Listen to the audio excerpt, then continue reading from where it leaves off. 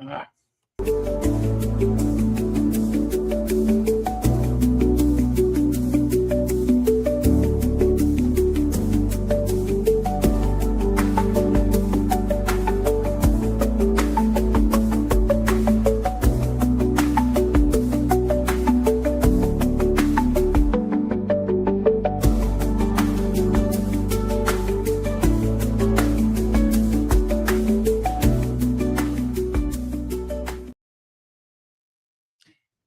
Hello, Henshin Heroes, Henshin Nation, and maybe even Ranger Nation at this point.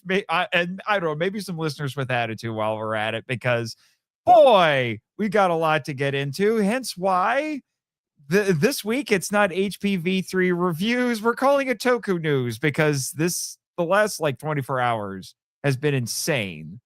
Absolutely in freaking sane. But I am Nathan Marchand, aka the Subro.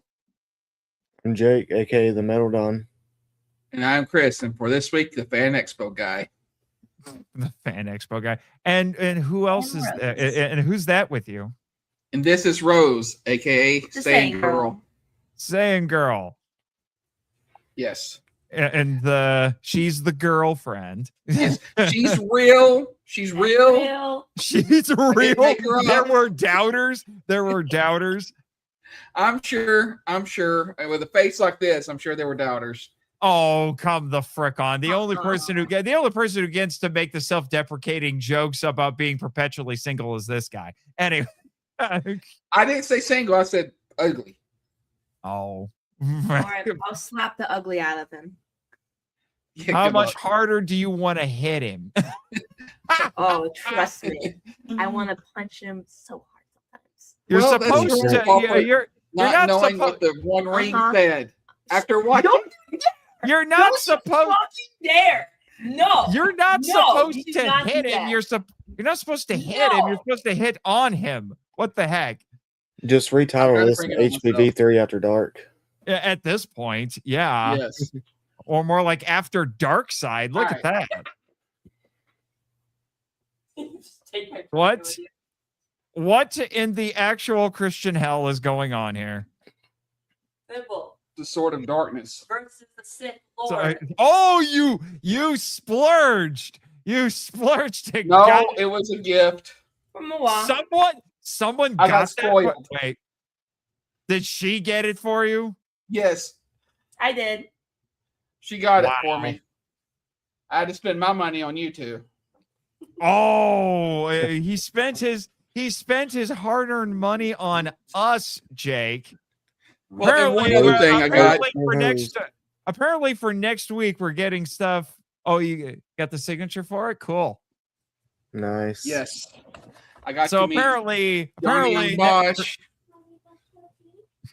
for next week we're getting stuff from Fan Expo. Good. I would think he would get you the Sword of Darkness, though. It seems very fitting. She got me the Sword of Darkness. Okay. No, I'm talking about. I'm talking like I thought you would have gotten the Metal Don the Sword of Darkness, because he's the resident bad boy of this trio. Well, I didn't have that much of a budget, and she decided to spoil me with this thing because I've never seen this in person before, and it is awesome. Yeah, I forget what was did the Sentai version of that thing have a name? I forgot what it was. What was this? I don't remember. I don't remember. Yeah, I'm gonna look that up here really quick. Are you jealous, Metal Dawn? No, I have Zenitsu's sword, so we can go at it. Oh no! So the next time we meet up, there's gonna be a duel. There better be. Of course, you can't actually carry this into a con because it's actually metal. Yeah, probably. The Sentai its Sentai counterpart was called. I remember this now. It was called Devil Sword Hellfried. Yeah, Hellfried, Devil Sword Hellfried. Also, forgive me, listeners. He's eating. Yes, cons equal late dinners. Nate knows all about this. Is it Is it rude to eat on stream? Is this? I didn't know about this. I don't know. I don't know, but I just like to apologize for anybody who hates to see people eating. Get over it. Yeah. Well, anyway. It's yeah. We have a lot to get into because it's not just the normal, let's talk about Teo and ZEZTZ. No, then we thought, we have to talk about Ultraman Zero Cosmo Rise. Okay, that little special that came out. We'll put that on. And I just haven't been having a good time. I've been putting in the work, and I do have some news from Fan Expo involving the podcast. Cool. But then we had a bunch of absolutely insane Ranger news drop. And then the first episode of something that we didn't really think was ever going to happen dropped. Because the Ninja Kidz Power Rangers show actually lives. The last 24 hours has been crazy. And I've already been talking with Michael from my co-host on the Power Trip. And we're like, because we both watched the Ninja Kidz thing, and we're like, we may have to do some sort of an episode for it once it's done, depending on how it turns out, because it went places I was not expecting. But anyway, the first item on the agenda, because we do have a hard deadline, I guess you want to call it that, time crunch for the live reaction to ZEZTZ. So let's talk about Teo episode 7, which was called Abandoned Kaiju. So that was the part 2 for last week's cliffhanger. It should have been titled Boring.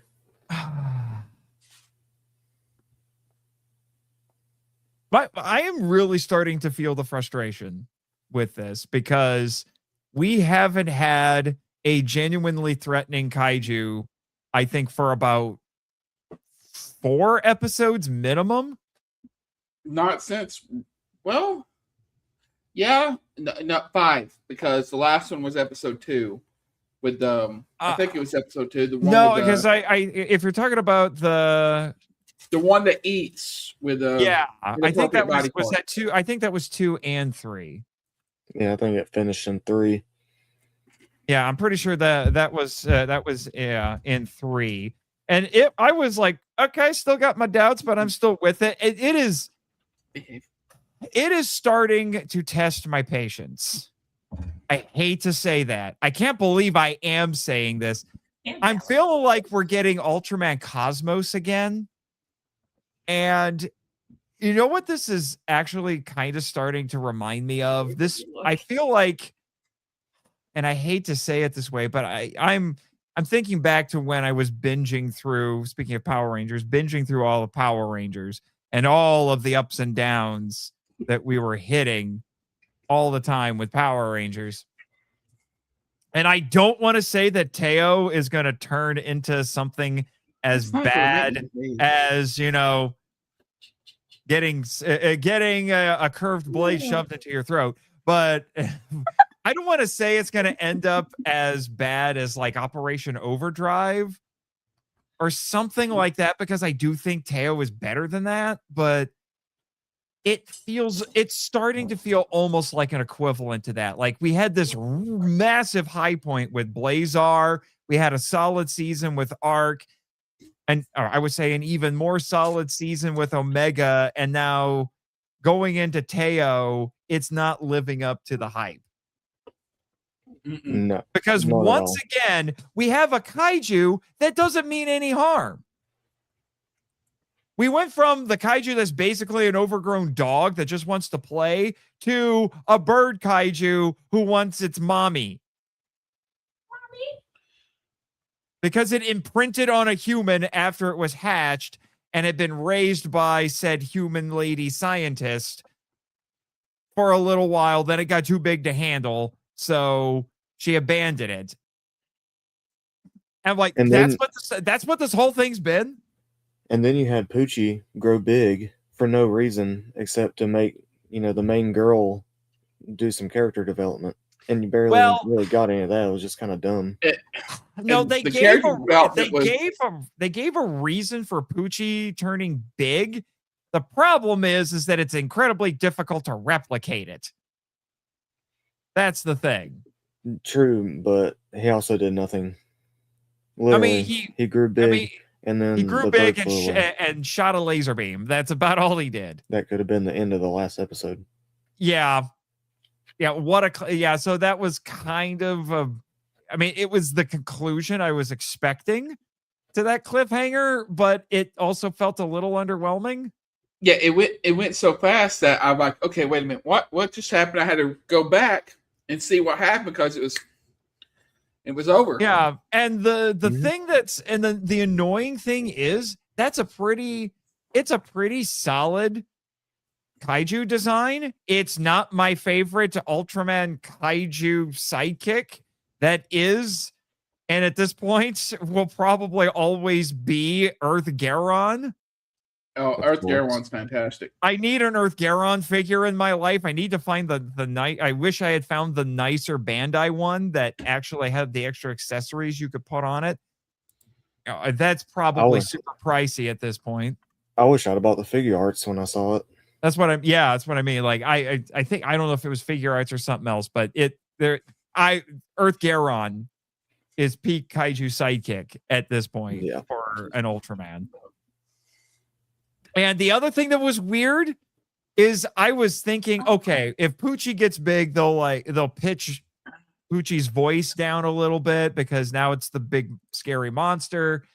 And they didn't do it nearly enough. It still sounded a little bit like regular Poochie. And I'm like, that's kind of undermining the intimidation factor here, guys. Yes. Yeah. For sure. Now don't talk bad about Poochie. That's the only thing she likes. No. Sure. I mean, I don't hate Poochie. I just want to put that out there. I do not hate Poochie. Although Poochie is giving me so many Pokemon vibes, though. Like, this thing is a freaking Clefairy. Yes. I don't hate Poochie. I just wish I use it better. There's that, and they did confirm Poochie's an empath, but apparently they don't know how to control who Poochie is being empathic with. Because the only reason Poochie got big is because it sensed Betchy saying he was going to he's going to rescue all of the cats out of the house that was about to get destroyed. And that triggered his transformation into the kaiju. But then they couldn't get Poochie to latch on to very well to specific people. Now, there was a bit at the end of the episode where Poochie picked up on the actual internal emotions of Betchy because he was angry that he got saddled with taking care of the cats. He basically just got saddled with the cats, period. And he was being nice on the surface, but inside he was raging, and they figured that out because Poochie got angry. I would have let him out on the side of the road. Oh, what, the cats or Poochie? The cats. Wow. Poochie turns into a kaiju. He wouldn't mind having his own personal kaiju to... if you could figure out how to make Poochie work, but Poochie's what you get when you cross Jigglypuff with Godzilla. Clefairy. I would say Jigglypuff because of the emotional thing. Man. Well, he does kind of Clefairy's head. True. So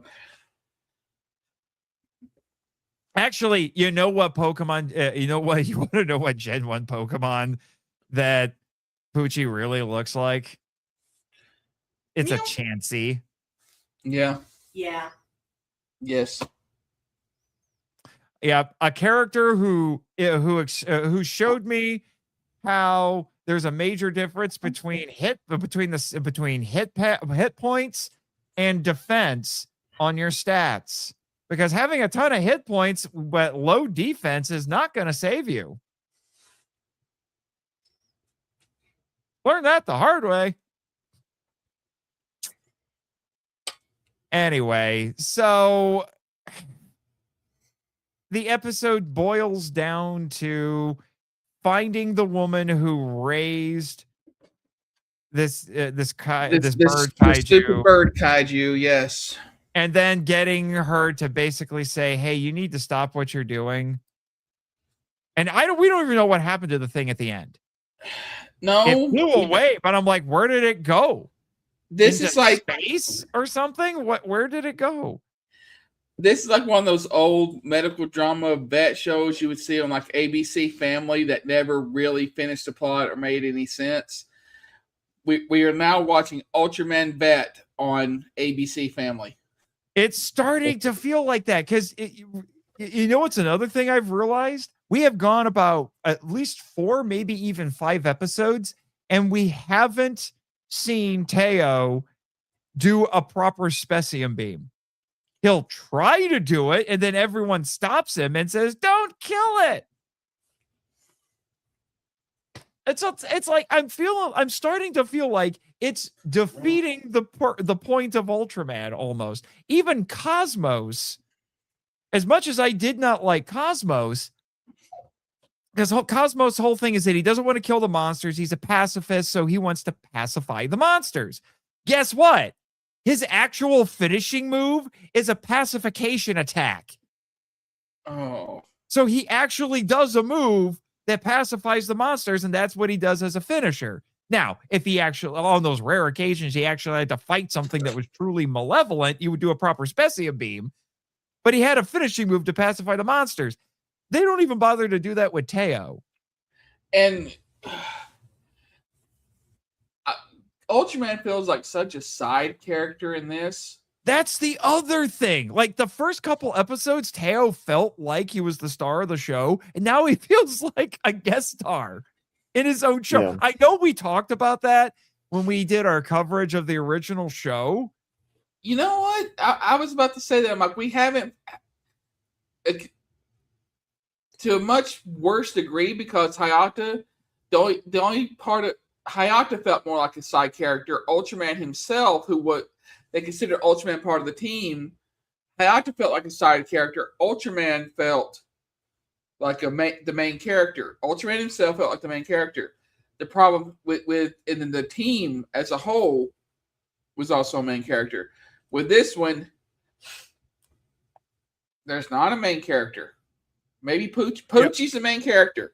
Oh, there we great. go. Can we not? The problem, I think the problem with Teo is that it starts off, I felt like it started off with the promise of this Ultraman you're following, who's masquerading as a human. He's going to be your protagonist, and he has a ton of stuff he needs to work through. And we're going to forget about that after like episode 2 or 3. Yeah, I mean, there's been no progression whatsoever. And you've kind of it's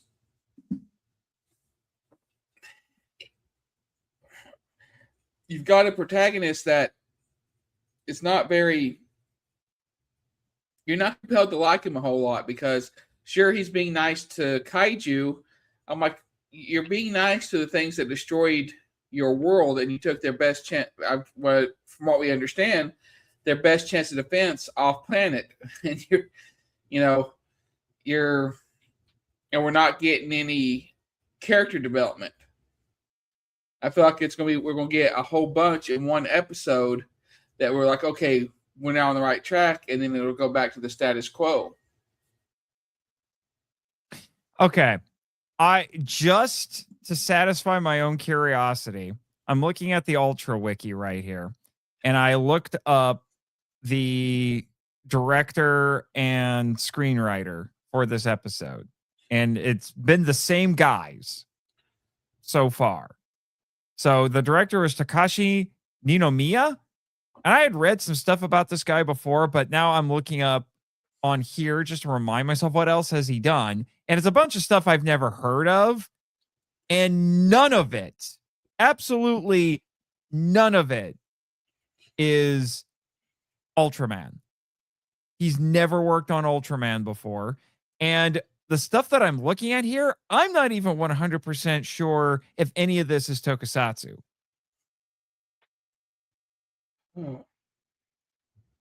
And he hasn't worked in any of the major franchises. The only thing that this director has worked on that sounds remotely like it might be tokusatsu or like, you know, Henshin Hero adjacent is something called 8 Ranger. Okay, 8 Ranger. If I go off of, it's IMDb calls it the 8 Rangers, but if I go off of what I'm seeing here, it looks like it's at least Super Sentai inspired. Action comedy. Oh, never mind. Never mind. It's not. It sounds like it would be like Super Sentai inspired. No, it's about a boy band. Fantastic. Well, but the thing that's confusing is the IMDb summary says 8 costume heroes overcome their individual weak points to form a strong, united team that can battle against an oppressive group led by an evil villain. So it sounds like if I put these two summaries together, it's about a boy band that tries to be superheroes. And then everything else on this guy's, like here, I'll just bring it up. As a screen share, so you guys can see what I'm saying. Damon would produce. Oh my gosh, save that one for later. So we have right here. We have 8 Ranger, My Love, My Baker, Lifeline Us, Yuru Camp, Food Luck. What is this? Marunovich? Marunovich? That sounds like Japanese and German had a baby. Harekon, Don't Lower the Curtain, and Love Trial. And they put this guy is your main director on the anniversary series of Ultraman. I am starting to question Tsuburaya's decisions here. And then Shigenori Tanabe, our main writer, he's written everything so far here. None of his credits have anything to do with tokusatsu, it looks like. I could be wrong because I don't know what most of these are, but like listen to these stuff. We have Rental Lovers, An Incurable Case of Love, Gourmet Detective Goro Akechi, Only Just Married, My Kawaii About to Is My Kawaii About to Expire? What is this? Obakazukan and Living Room Matsunaga-san. This guy sounds like he writes romantic comedies. Okay. All right. I just, out of curiosity, I decided to look up Ultraman Teo reception in Japan. All right. So it says Ultraman Teo premiered in Japan on July 4th, 2026. Public and fan reception has been mixed to critical regarding production values and pacing, while the tabloids' reports of behind-the-scenes set trouble sparked debate among fans online. Oh, really? Trouble behind the scenes, huh? Yes.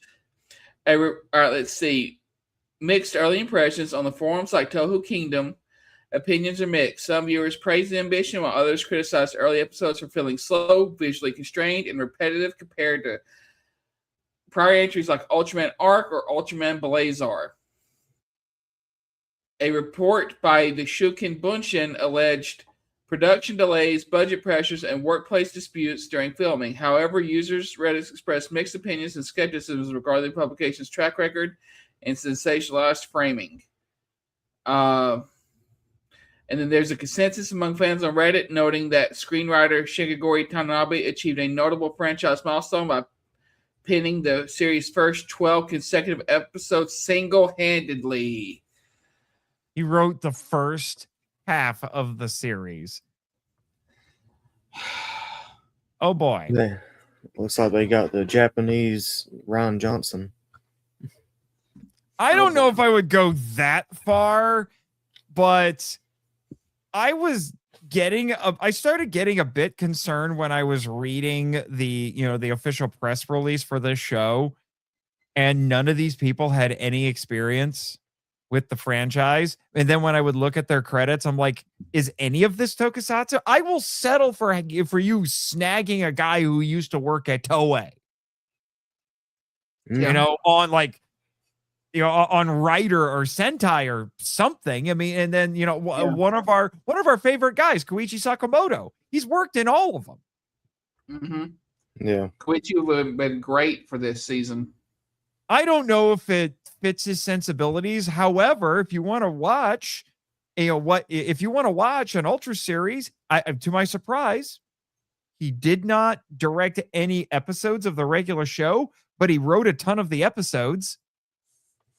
G'd. I'll definitely have to check it out. Yeah, like I said, he directed the movie, and I think did they have I'm trying to remember if they had a special attached to that one. If basically anything that wasn't the main show, he did direct it, but he wrote a ton of the episodes. I did not realize he was a screenwriter. Koichi is insanely talented. He's another one I would love for us to get a interview with. For sure. But I am just baffled. I'm just absolutely baffled by this whole thing. Anyway, enough of the lackluster tokusatsu. Yeah. Let's get into the good stuff. Yeah, let's get to Teo. It's gonna premiere in about a minute and a half Teo, or so. Excuse me, ZEZTZ. Teo continues to disappoint. I don't know about next week's episode. Let me just throw it out there. Next week's episode is called... Oh, no. I forgot. Next week's a recap episode. Never mind. We're not even going to bother next week. It's a recap episode. Yeah, that's so Greetings stupid. from hyperspace. Although I may watch it because it has the red sphere. It was an arc, and it was originally in the Ultraman Gaia movie, and I'm putting out an MIFV episode about the Ultraman Gaia movie actually on Monday. So, and I'm a big fan. I'm a big fan of the movie. So we'll see what they do with the red sphere. Probably won't be anything meaningful. Because the red sphere is a monkey's paw.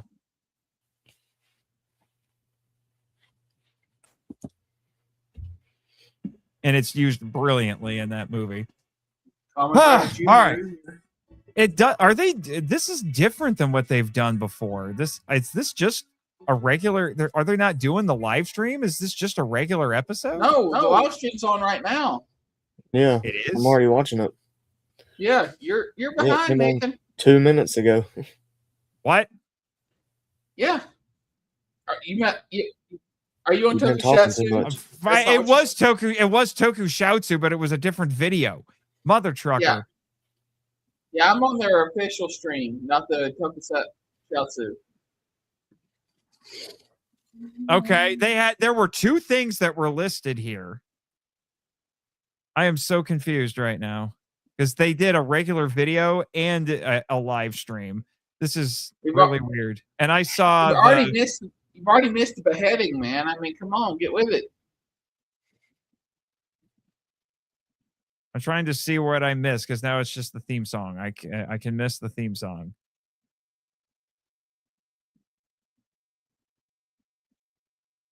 What do you think of this entrance? Mm-hmm. You're going to love him. Nemi, baby.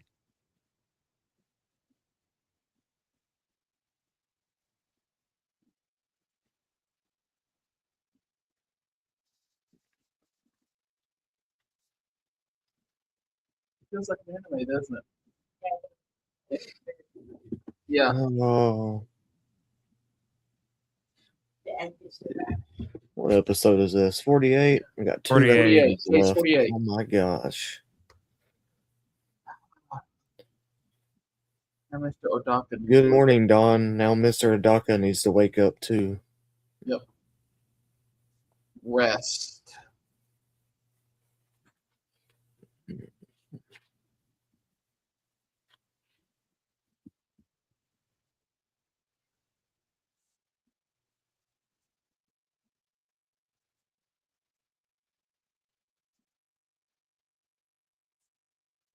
I would actually love just to watch a show called Black Case, just following the detectives working on cases like this. That'd be fantastic. That would be.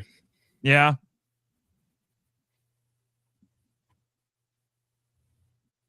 All right, I'm back to live.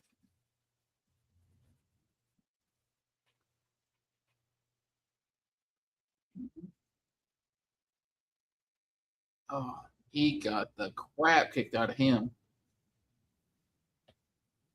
Thought I taught him better. That's what you fall asleep. Just spin it in your bed. You're in the dream world. Oh, don't go by the translations. It's Nemu.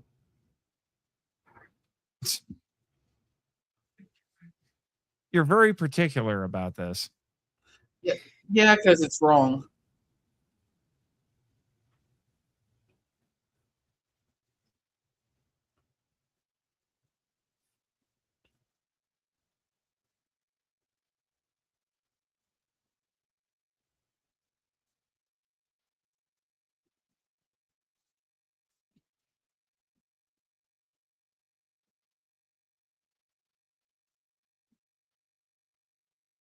Funny enough, I drove by a business this week called Knox.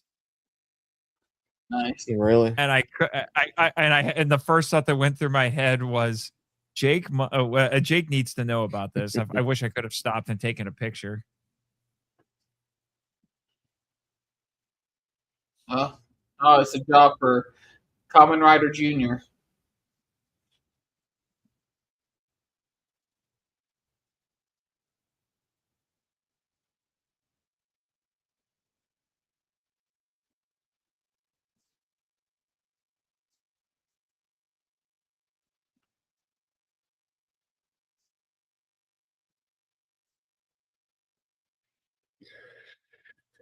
Nate really needs to get that robe. His robe? Yeah. Yeah, and go bleach blonde, sir. Yeah. I don't know. I'm sure it's somewhere online. Well, he would start calling you Sig at that point. Sig Jr. There you go. You can be Sig Jr. at that point. You have been insisting that I need to dub this character. This is Junior as a Kamen Rider. Well, you know what? We'll see if Shout Factory or Toei is willing to dub this thing, and I'll send my audition tape in. I'm sure Shane will write this character in just so you can be a Kamen Rider. Why don't you text him and tell him that? I don't have his number. You can text him on Facebook. That's not texting. That's direct messaging. Whatever. You could DM him. Fine. See?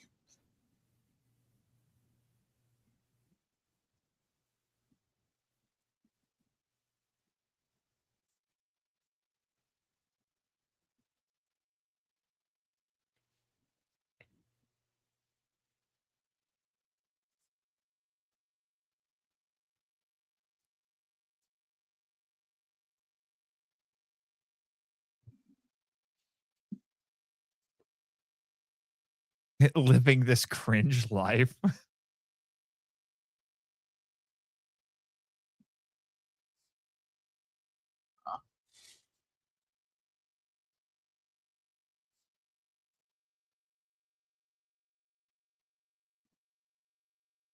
I've occasionally thought about going platinum blonde like him. Do it. I've done it. Nope. I mean, when I was born, my hair was that white. Mine too. Mm-hmm.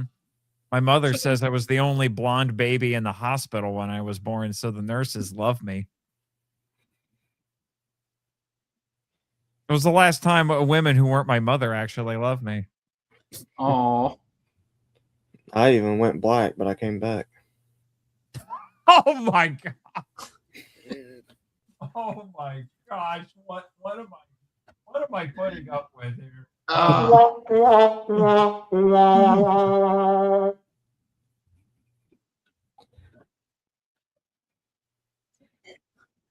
Hey, look, now he's trying to be Jared Leto.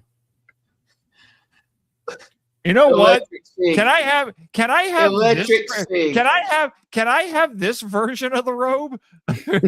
Yeah, there you go. Electric Sting. I will wear. This show is fantastic. There is a club within walking distance of me. I will go wearing that. You rang home you all the would. ladies then.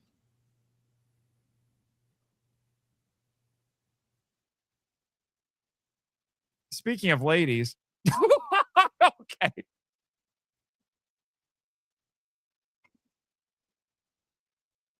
Noxie pie.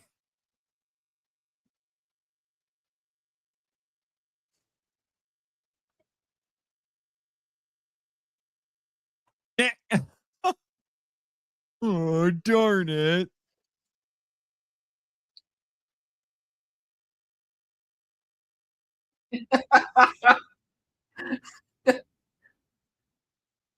Nemi.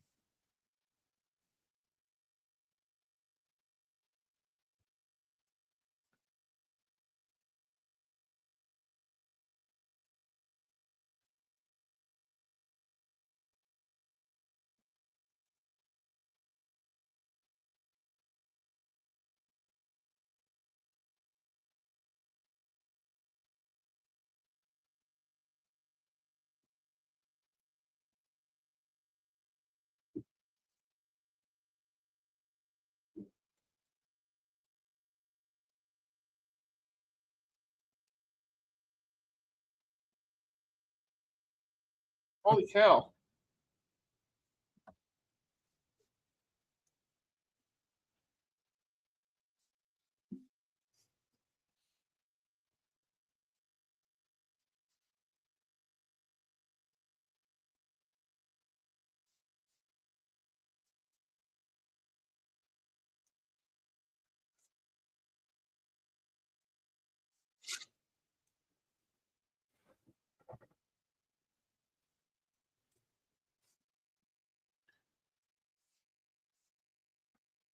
He's probably lying to you, bro. Are we gonna build to a very Japanese style noble suicide?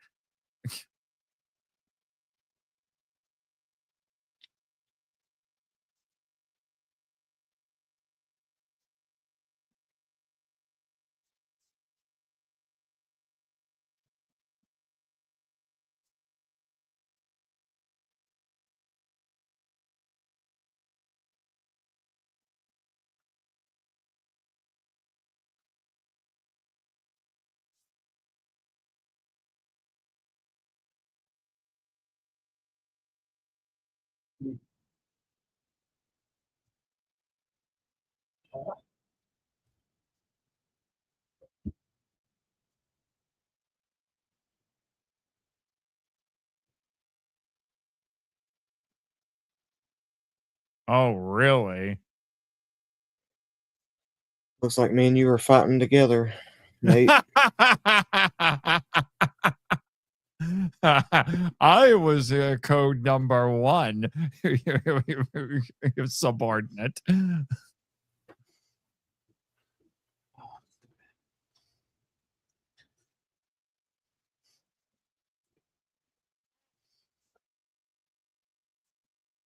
Ah! I hate it when scary mom shows up unannounced. I don't. Uninvited, I should say.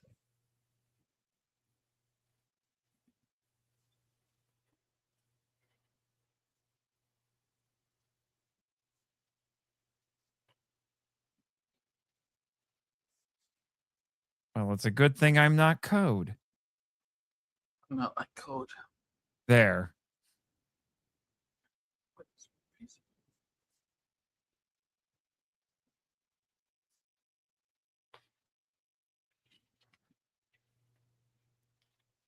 Look at him getting deep.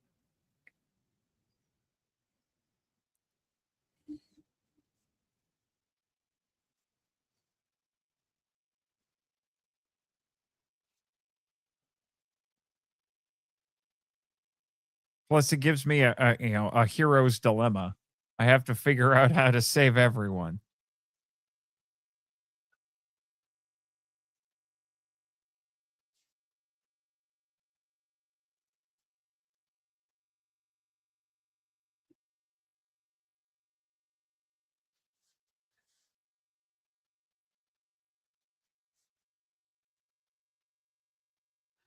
Baku's no Jutsu rivals Naruto's.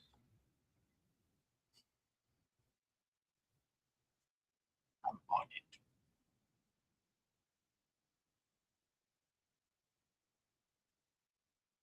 No, that thing.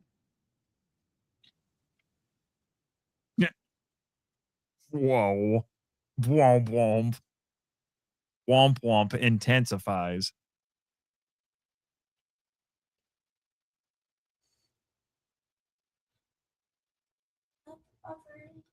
No, not the buffering.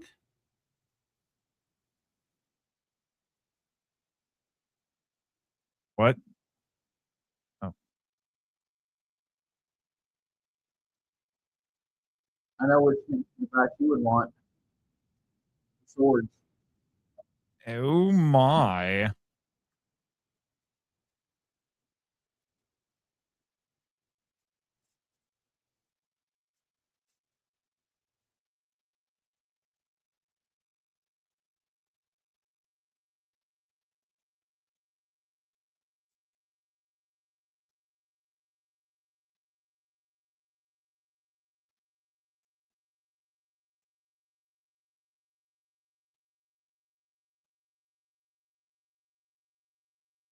I see Toei owns a meadow too.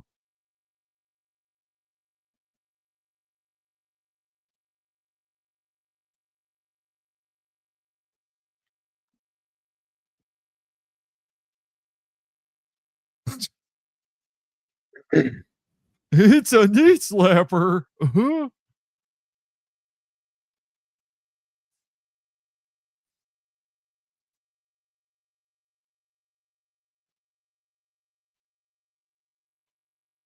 Oh my gosh, a motorcycle? A Kamen Rider on a motorcycle? What is this? 1986?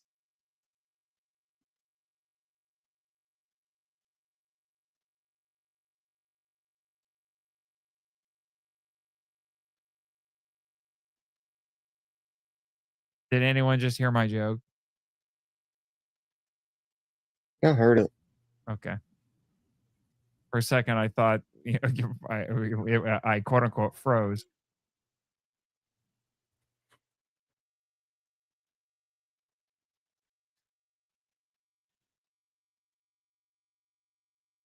Doing a little Kamen Rider black fist clench there, huh?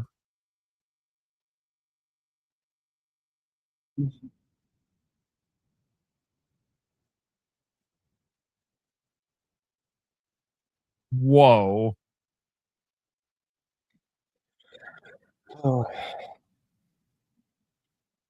come on, Baku, you can do it. I mean, this guy is, as far as we know, he's the penultimate boss here.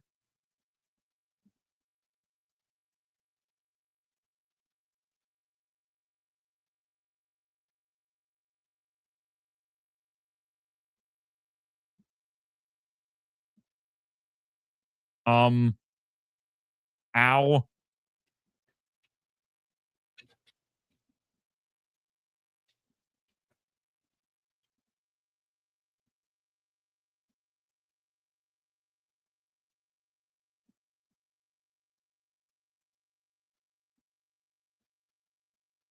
Frick.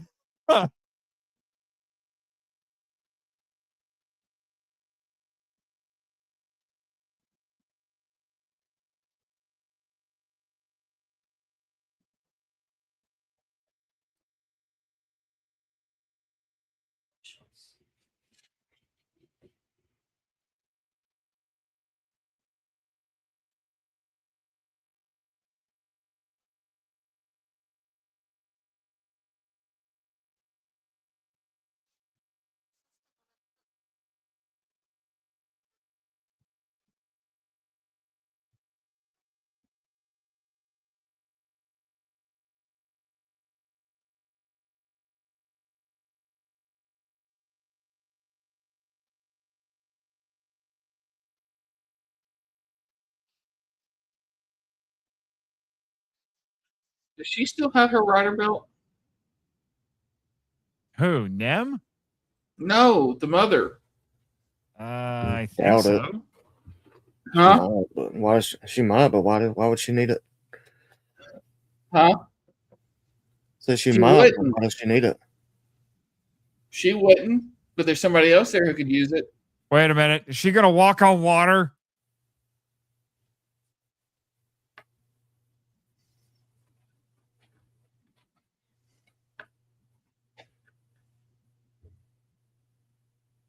I'm thinking you might have called it. Either that or Nem's just going to walk in there and say no because, you know, she gets like lucid dream powers. Yep, she walks on water.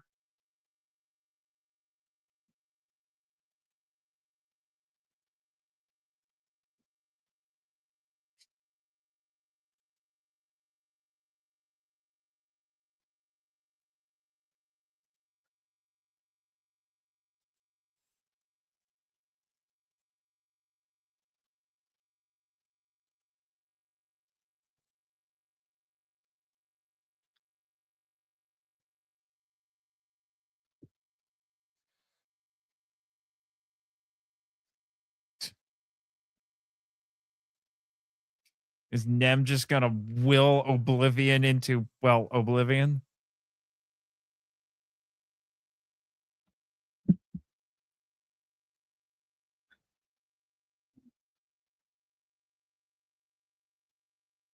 Wait, did we just get Deus Ex Nemica? It looks like it. Oh, we got 2 more What? episodes to go, guys. So no. I tell you, this show's That's came a long way. Yeah.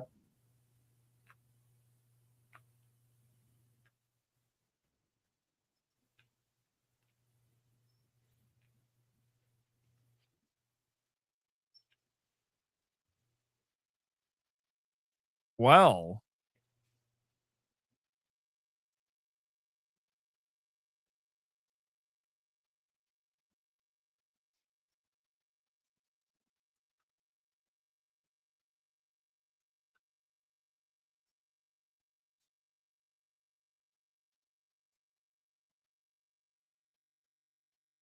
yep, I called it. Emo mom.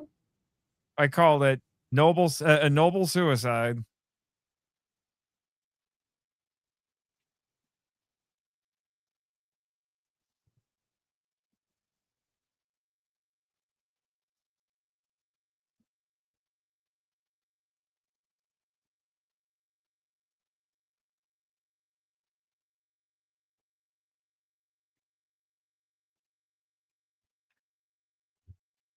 Wow.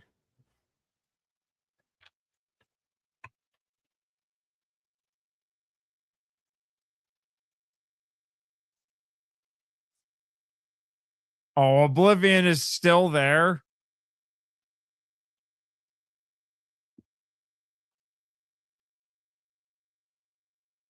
We let them go. Well,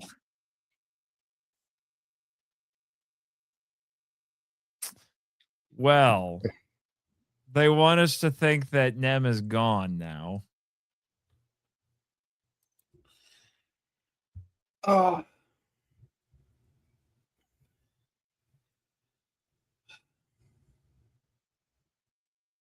Well, that was a good episode, as usual. Jake had obviously going more in the Lost of Nemo. Yeah. Oh, and the reason why I was joking about the myth last week. The reason why this bothers me because I think it's lazy subbing. They're always saying Nemu. If you look it up, her name's Nemu. I'm like, you're being a lazy subber. Just put it in the other U. I don't think it's lazy subbing. I think it's probably more of an accent thing. It is, because if I would call her Nim. Mhm. Only because you're reading it as Nim. No. Yeah. No. As if you were hearing it, you would call her Nemu. No. If that was her name, yeah. Uh-huh. You're just trying to mess with me. Yes, he is. That's what he does.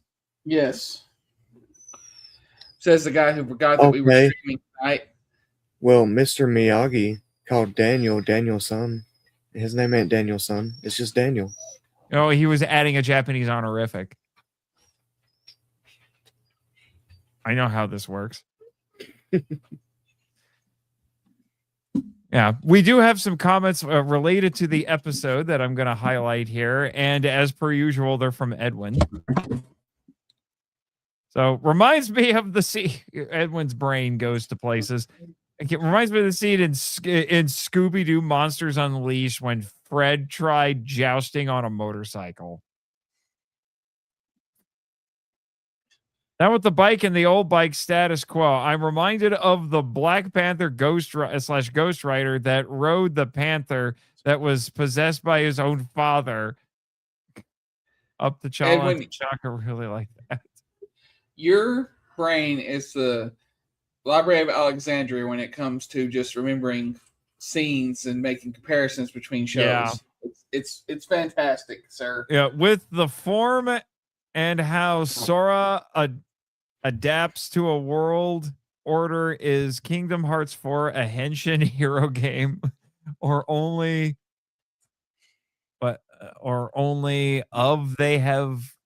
because they have Keyblade armor? I don't know. I apparently Kingdom Hearts 4 is a thing. I didn't even know about that. Yeah, they're making Kingdom Hearts 4. Of course they are. A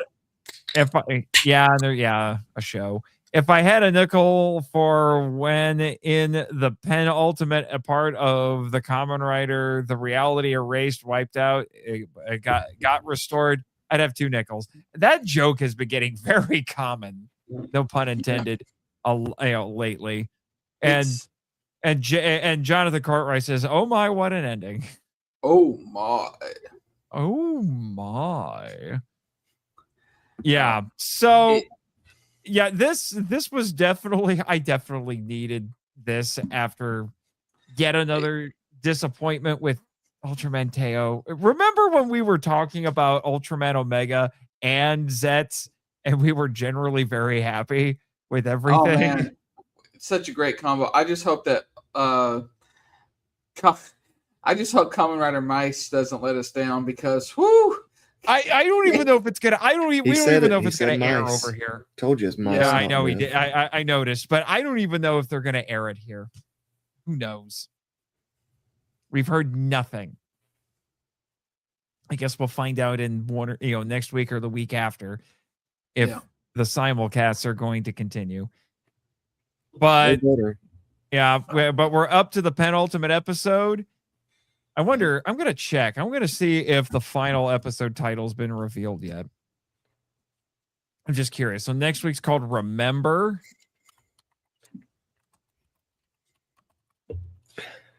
Which is fitting. Let me see. It'll be the first 2-worder. It'll be at last. No, they haven't revealed the last one. No, they've had a 2-word name. Have they? Yeah, it's 1 word in Japanese, but in English it's 2 words. It was 25 appropriately. It's called Get Started. But I'm looking at it. It's 1 word in Japanese. Hajimeru.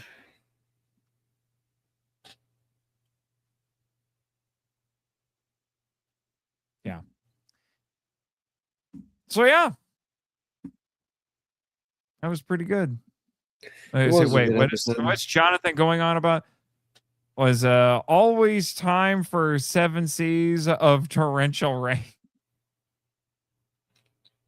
Yeah, I see what I get what you mean there. That's what you've been doing with all the Project Red stuff. You sneaky piratey man, you. Jonathan did say something about buying me Gavin Infinity's henshin device earlier. Yeah, I saw that. Yeah. I'll let you know where to send it. Yeah. Metal Dawn needs a Gavin Infinity henshin device, as do I. Or I can get the Omega Horn Mega Horn device. Wow, that's only a little confusing. Yeah. Well, he did also say that that was a great sword of darkness there.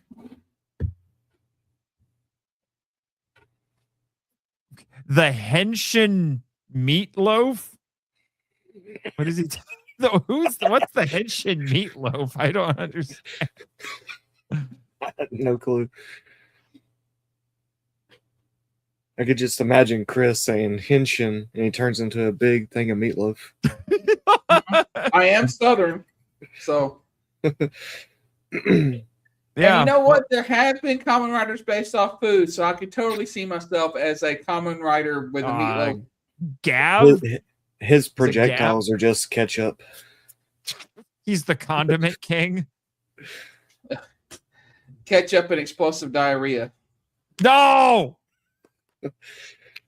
Mustard getting out your ass. Oh my gosh. What are we For some doing? of those weirdos out there.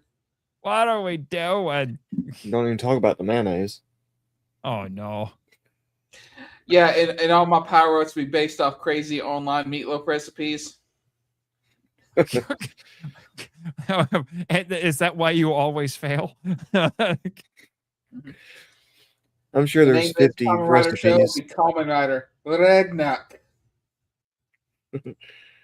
Redneck. Oh my god. Redneck. Yes. So, as somebody who's not watched a lot of Kamen Rider, what do you think of the episode? I like it. Very nice. I like the battles. Costumes are great. I have no idea what's going on, but I do enjoy it. Well, yeah, well, should be watching with 3. Yeah, should have been watching it with me. Oh, yes. No. Yeah. No, Well, she's been supporting our streams, but instead of watching Kamen Rider, she's been watching Star Wars and Dutton Ranch and anything with Jensen Ackles. What? And I know why you bought me this. This is apology for telling another man you loved him right in front of me. Don't say that. It was just lucky. So wedding when and who's the best? Which of us is the best man? Don't know, and don't know. Well, it's got to be both of us. You wear a white suit, and I wear the black suit. It'll be like Two-Face. No, Two-Face. I was thinking more like to keep it on brand here, it'd be like Kamen Rider Double. Yeah. No. I'll be Kamen Rider Yin. You be Kamen Rider Yang. That would have to be if that was that, it'd have to be green and purple. no. I think you can be Space Sheriff Gavin, and you can be what was your favorite Ultraman again? Ultraman Tiga? Well, yeah, we can go with Tiga. Yeah. Or who is your favorite Ultra? Probably Tiga. Okay. Oh, we could go with Tiga. Make up your mind, sir. He's going to allow cosplay at the wedding. Okay. No, she would probably allow cosplay at the wedding. Oh, Because 100%. she. Oh, 100%. Well, okay. There you go. There you go, Yes. Jake. Like, oh, is she a fan? Yes. Go find yes. yourself a Gavin costume. A Gavin costume. I know. I can I'll find a just be Tiga Fat Thor. cosplay pretty easy. Fat Thor, bro. Thor. Yeah, she's just a fan. She's just a fan of everything except the new Little House on the Prairie reboot. God, no. Fuck that show.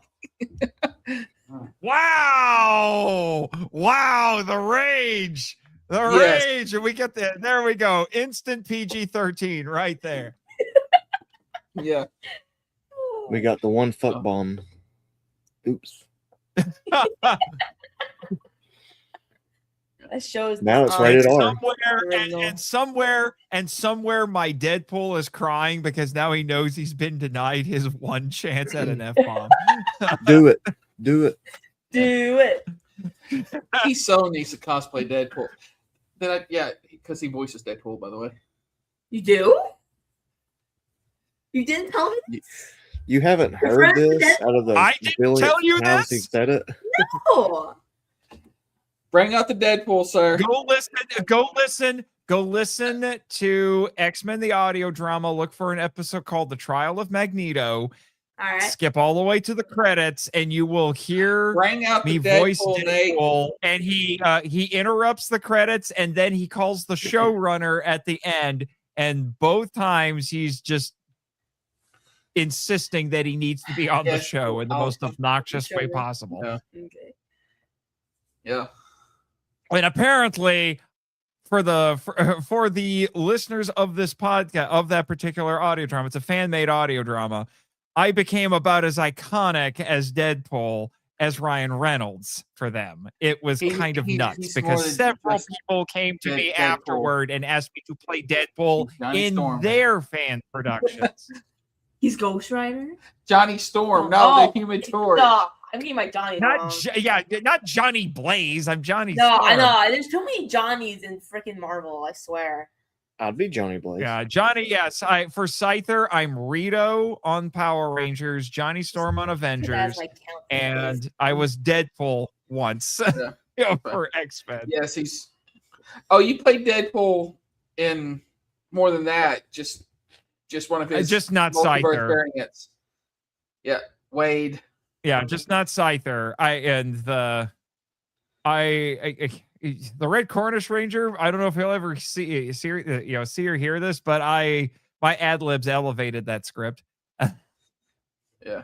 He did a very weird adaptation of Deadpool Kills the Marvel Universe.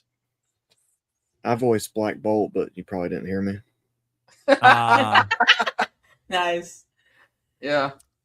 That is one of the nerdiest jokes you have ever made. But yeah. Here's the thing, though. I did, since we're on the subject, complete tangent right here. I don't sound like Ryan Reynolds. I sound closer to, and I did this on purpose because this was the kind of like the vocal range that I could hit. I ended up basing my performance more on the first guy who ever voiced Deadpool back in the day. His name was, oh crap, what is it flew right out of my head. He actually was famous for playing the Crypt Keeper on Tales from the Crypt. Oh, dang it, flew right out of my head. Now it's gonna bug me till I remember, but he was the first guy who ever voiced Deadpool on some video games back in the early 2000s, and then he did it for a really long time until Nolan North took over. Let me see. What episode of X-Men was it again? Trial of Magneto. All the way at the just skip all the way to the credits. John Cassier. That's who I was looking for. It's John Cassier.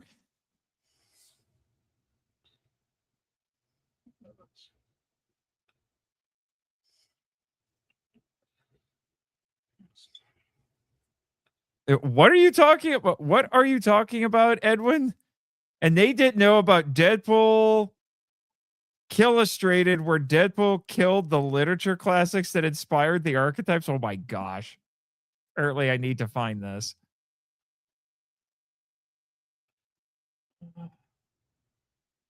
Are we going to attempt to listen to this live?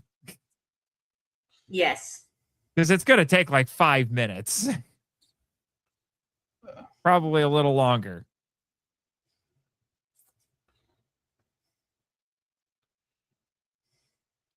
Do I need to find it myself?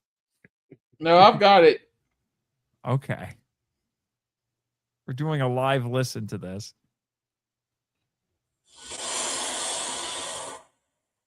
You gotta, like I say, you gotta skip to the credits.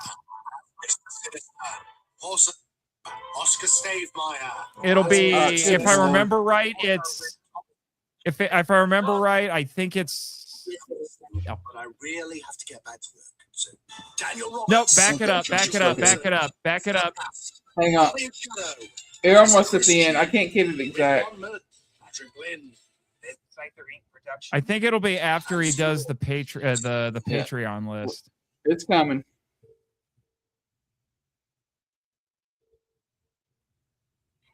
Hello? Nope, you got to back it up more. From Scyther Inc. Productions. Nope. Yeah, No, that's you got to back. me. You got to back it up more. It's me, your pal Deadpool. Okay, hanging up now. No, wait. Tell me. This is the second wanna one. talk You're for missing it. the first one. I'm listening, but I No, really this have is to Child get back to Magneto. work, so just make it quick. Well, no. Hurry, Jack. I interrupt the middle of the credits. You got to back it up because it sets up jokes in this one. Man departs. Forgive him, he's old. X-Men the audio drama, the season 3 finale. We'll do this after. Okay. Yeah, you might want to wait All right. until after. But yeah, you may as well just listen to all the credits because it'll be like halfway through. But anyway, to get back on track here. By the way, I was personally asked to do that, and I almost lost the role because I took too long to record the script. Damn. And apparently, it was a good thing I didn't. Also, I have been clamoring to get Deadpool back on the show in some form or another, even if it's just for like a cameo. Did I freeze or anything? No, I can Yeah, hear you did for a minute, but we still heard you. Okay.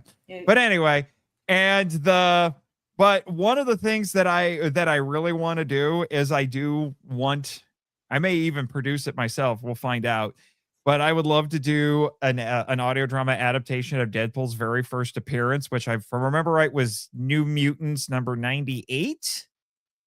Because his very first line is now in the Scyther context unintentionally funny. Because the very first thing Deadpool ever says in a comic book, well, for a little bit of context here, he was initially supposed to be a throwaway villain who got hired to kill Cable. All right, Rose, let's test your comic book knowledge here a little bit. What's Cable's real name? Jake Hambrick. I actually don't know that.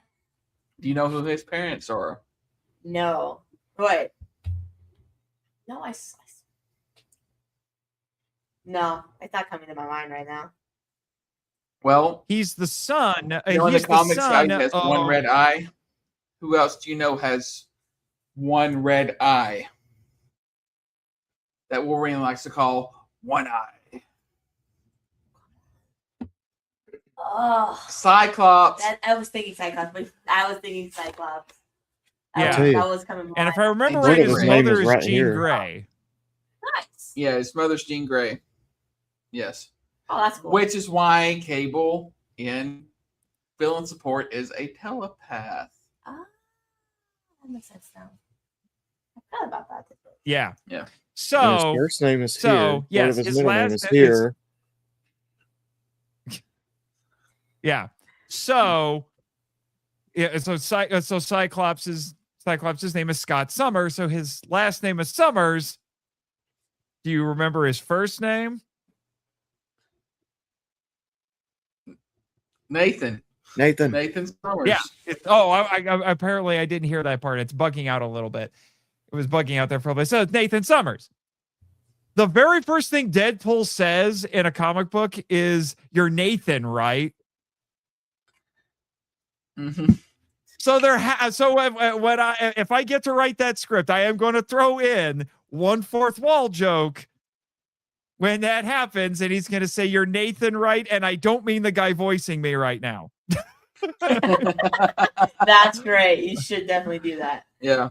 It might be they might put the kibosh on like having a ton of fourth wall breaks, but that I might be able to. I think I can get away with that one, and maybe one more after that. Yeah, because early Deadpool didn't break the fourth wall. No, he didn't. But the way, That what's comes cool, later. Oh, yeah. Cool. But what's cool about how Scyther at least does X-Men, the X-Men in particular, they do this, is they will adapt the old stories, but they'll use we'll say the more modern characterization. So if you go back and you listen to the very early episodes of X-Men the audio drama, they're adapting the original 60s stories that were done by Jack Kirby and Stan Lee.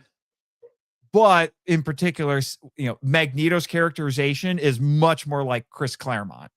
Yeah, basically what they've done, and he talks about this, Chris Claremont is pretty much, even though he's not the creator, he's the X-Men writer. Mhm. And so what they did is to modernize it, they just took the way that he wrote the X-Men and the characters and stuff and put it back on the 60s storyline.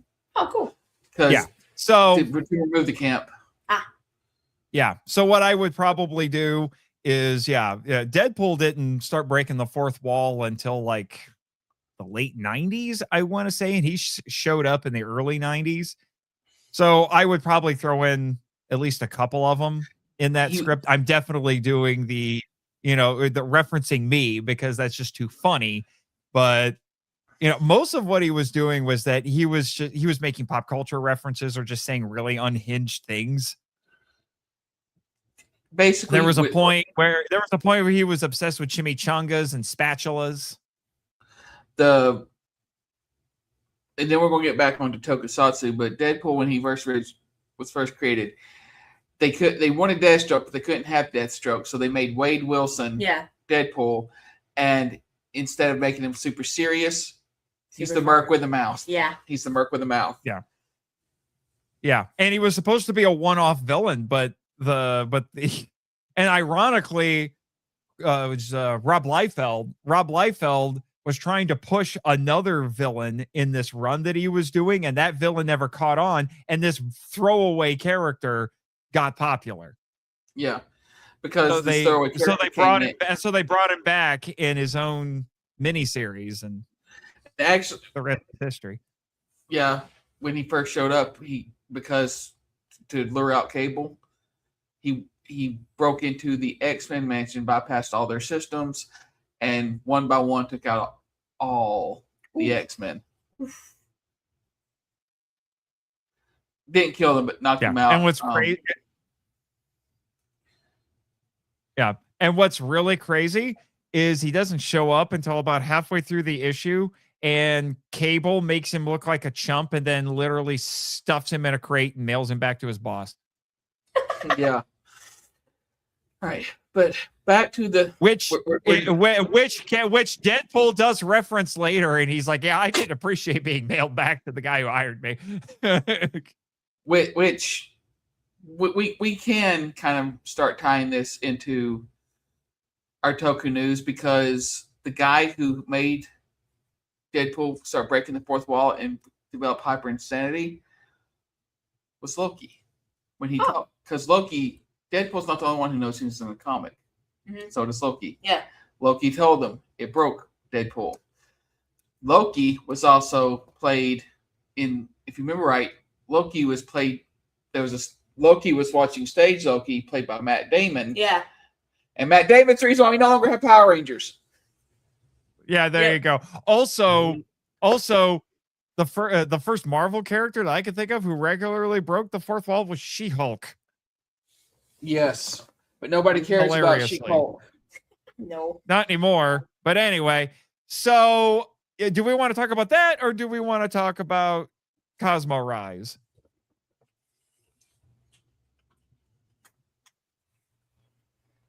Do we want to end on a good note or a bad note? True. Let's save Cosmo Rise for last, because that was the good bit of, or at least better bit of Ultraman that we got this week. But anyway, so if you're a Power Ranger fan, the last 24 hours have been tumultuous, to say the least. And I was getting bombarded with stuff last night about this. So in the span of 24 hours, actually kind of just within minutes of each other, it felt like, it was officially announced by Deadline in an exclusive that the Disney Plus reboot that has supposedly been in development, if not production, for forever, it feels like at this point, has officially been canceled. That was the first bit of crazy news. The second bit of crazy news was that, oh, guess what, guys? Remember that Ninja Kids show that Playmates funded, officially sanctioned, had the approval of Hasbro and everything? Oh, and then we're going to cancel it because of manufacturer controversy and and because we don't want them to get it confused with the Disney Plus reboot. Oh, well, but the first episode's dropping tomorrow. But yeah, well, that it's not a coincidence because the only reason why they weren't allowed to put it on was because they were about to make their own show. With that show canceled, it's back on. So yeah, and then they literally said, "Oh, and the first episode drops tomorrow." Okay, and we'll get to that episode because I did watch it. And then the big kicker, and I have seen a lot of dispute over this. Like, people are not buying it. Because even I'm like, where did this come from? And why are we bringing this up now? But now they're saying that the Disney Plus reboot has been canned. It's funny because, the Ninja Kid stuff supposedly got shut down because they thought it'd be too similar to a legitimate, not legitimate, but to an official show. Yeah, to an official show, quote unquote. And now they're saying that the Disney reboot's been shut down. This is kind of ironic because supposedly Matt Damon is making a movie that the details that I've heard, it's basically Power Rangers in all but name. I'm not kidding you. He's supposed to be playing some old retired superhero who teams up with a bunch of young superheroes who have color-coded costumes. And I think they mentioned giant robots are involved, but I just know that they're color-coded costumes, they're young, and they fight kaiju. Okay. All right. We're starting a Henshin Power B3 betting pool. What's the over-under that Saban ends up buying back Power Rangers for cheaper than he sold it for? Again. Yeah, again. We need to come with the over-under for that. And then, all right. Let's see. I had another one. And I have another one, but I have to think of it again because I'm old. Over under. It's because she's been hitting you in the head with that lightsaber a little too much. Yes. Over. But we do need an over under on whether Saban will end up buying it back. I hope Saban buys it back. That would be the best thing that ever happened to Power Rangers. Well, but here's the thing: 5 years. If he buys it back, what's he going to do with it? They're not making Sentai. They're not making Sentai anymore. They can make their own show. They don't have to, You think Saban's gonna? This is Saban we're talking about here. You think Saban's gonna fork over the money to do that? No. Who says that he can't maybe make a deal? Talk to them about since they canceled Super Sentai. Maybe start adapting some of their other stuff as new versions of Power Rangers and just call it Power Rangers. So you're saying grab some of those 10-year-old Sentais that never got adapted?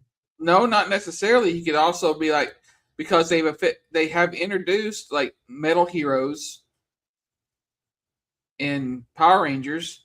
Maybe he gets the footage for Infinity and makes it to a Power Ranger show. They're literally Power Ranger colored.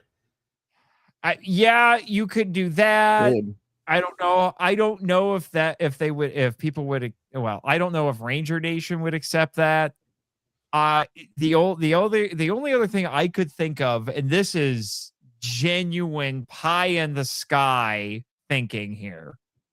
Saban buys it back, and then basically does a co-production with Toei.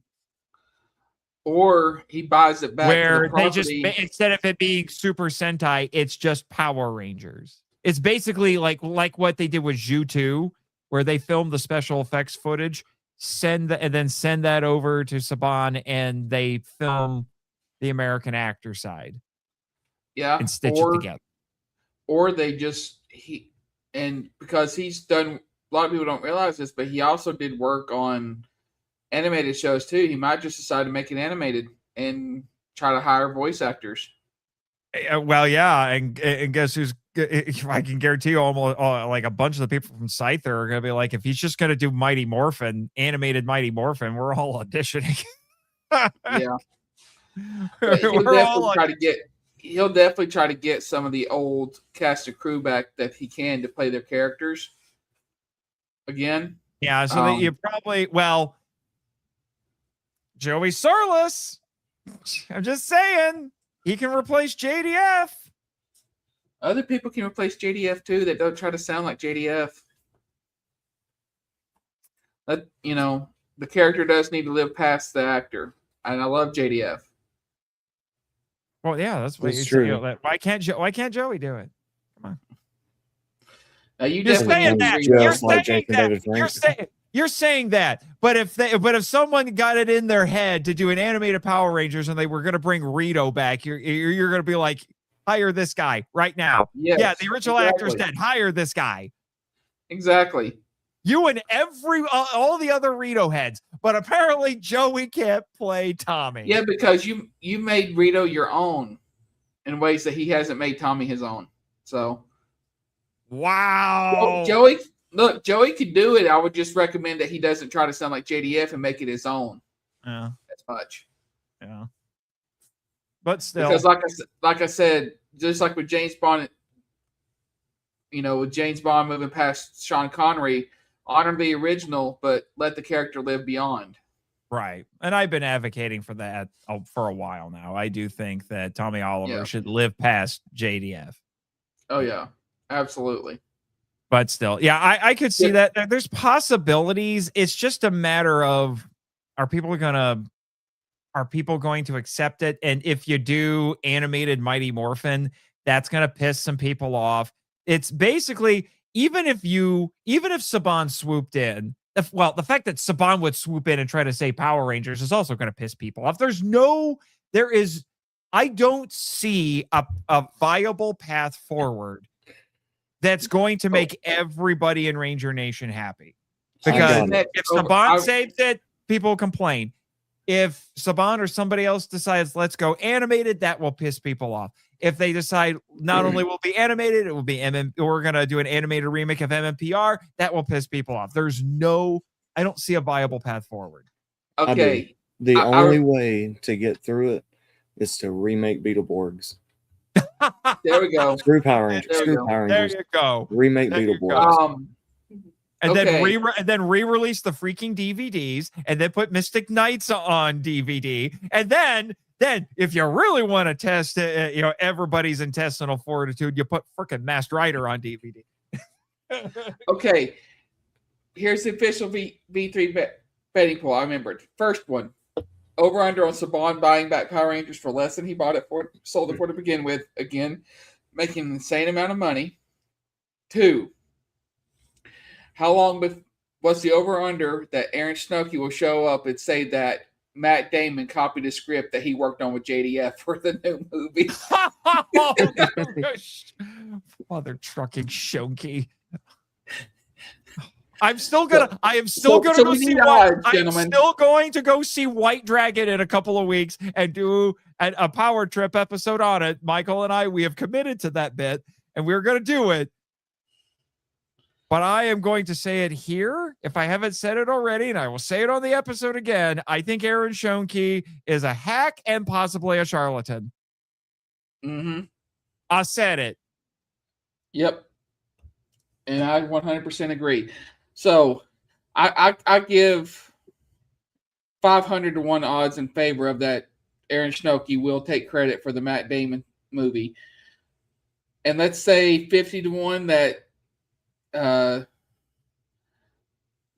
Saban buys it back. Honestly, I can see Saban buying it back, and he's a heck of a pitch guy.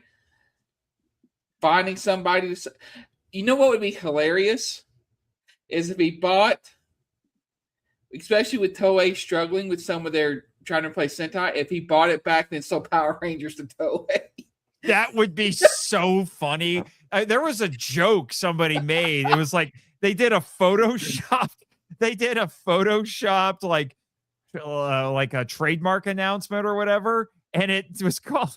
And everyone wished it was real. Everyone really wished it was real. But it looked super legitimate, and it said "Mighty Sentai Power Ranger."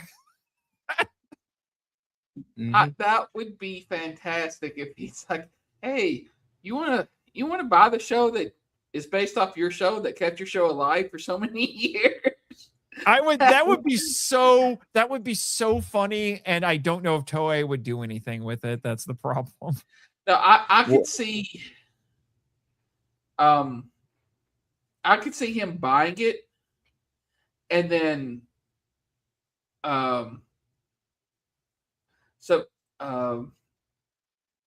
going into a partnership with Bandai, or I could actually just see Bandai buying the property because they do have a vision for Power Rangers. Mm-hmm. Especially with Super Sentai being gone, they do need to replace that. Do replace that cash flow somehow. So not what buy the. It would be cool to see Bandai buy a. Well, no, not really, because then Bandai mandates. I don't know, man. Then it might just be time for Rangers to die.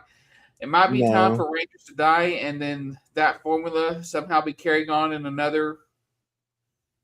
With somebody else's hand or a different name. No, it's easy. You got to make like a Crisis on Infinite Earths movie, but for Power Rangers. Make that, reset the whole universe. Don't bring back anything. You could do Mighty Morphin, Zeo, whatever the hell you want, but then just start a completely new Power Ranger universe.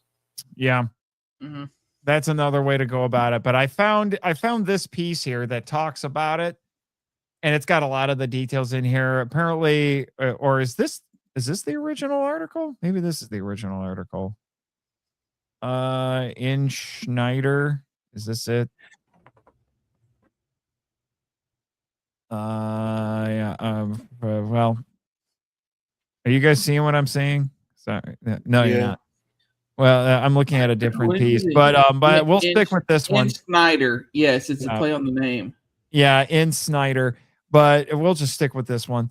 But it says that it says a young cast of color-coded a young cast in color-coded costumes who team up to fight kaiju with the help of a superhero-esque character played by Matt Damon.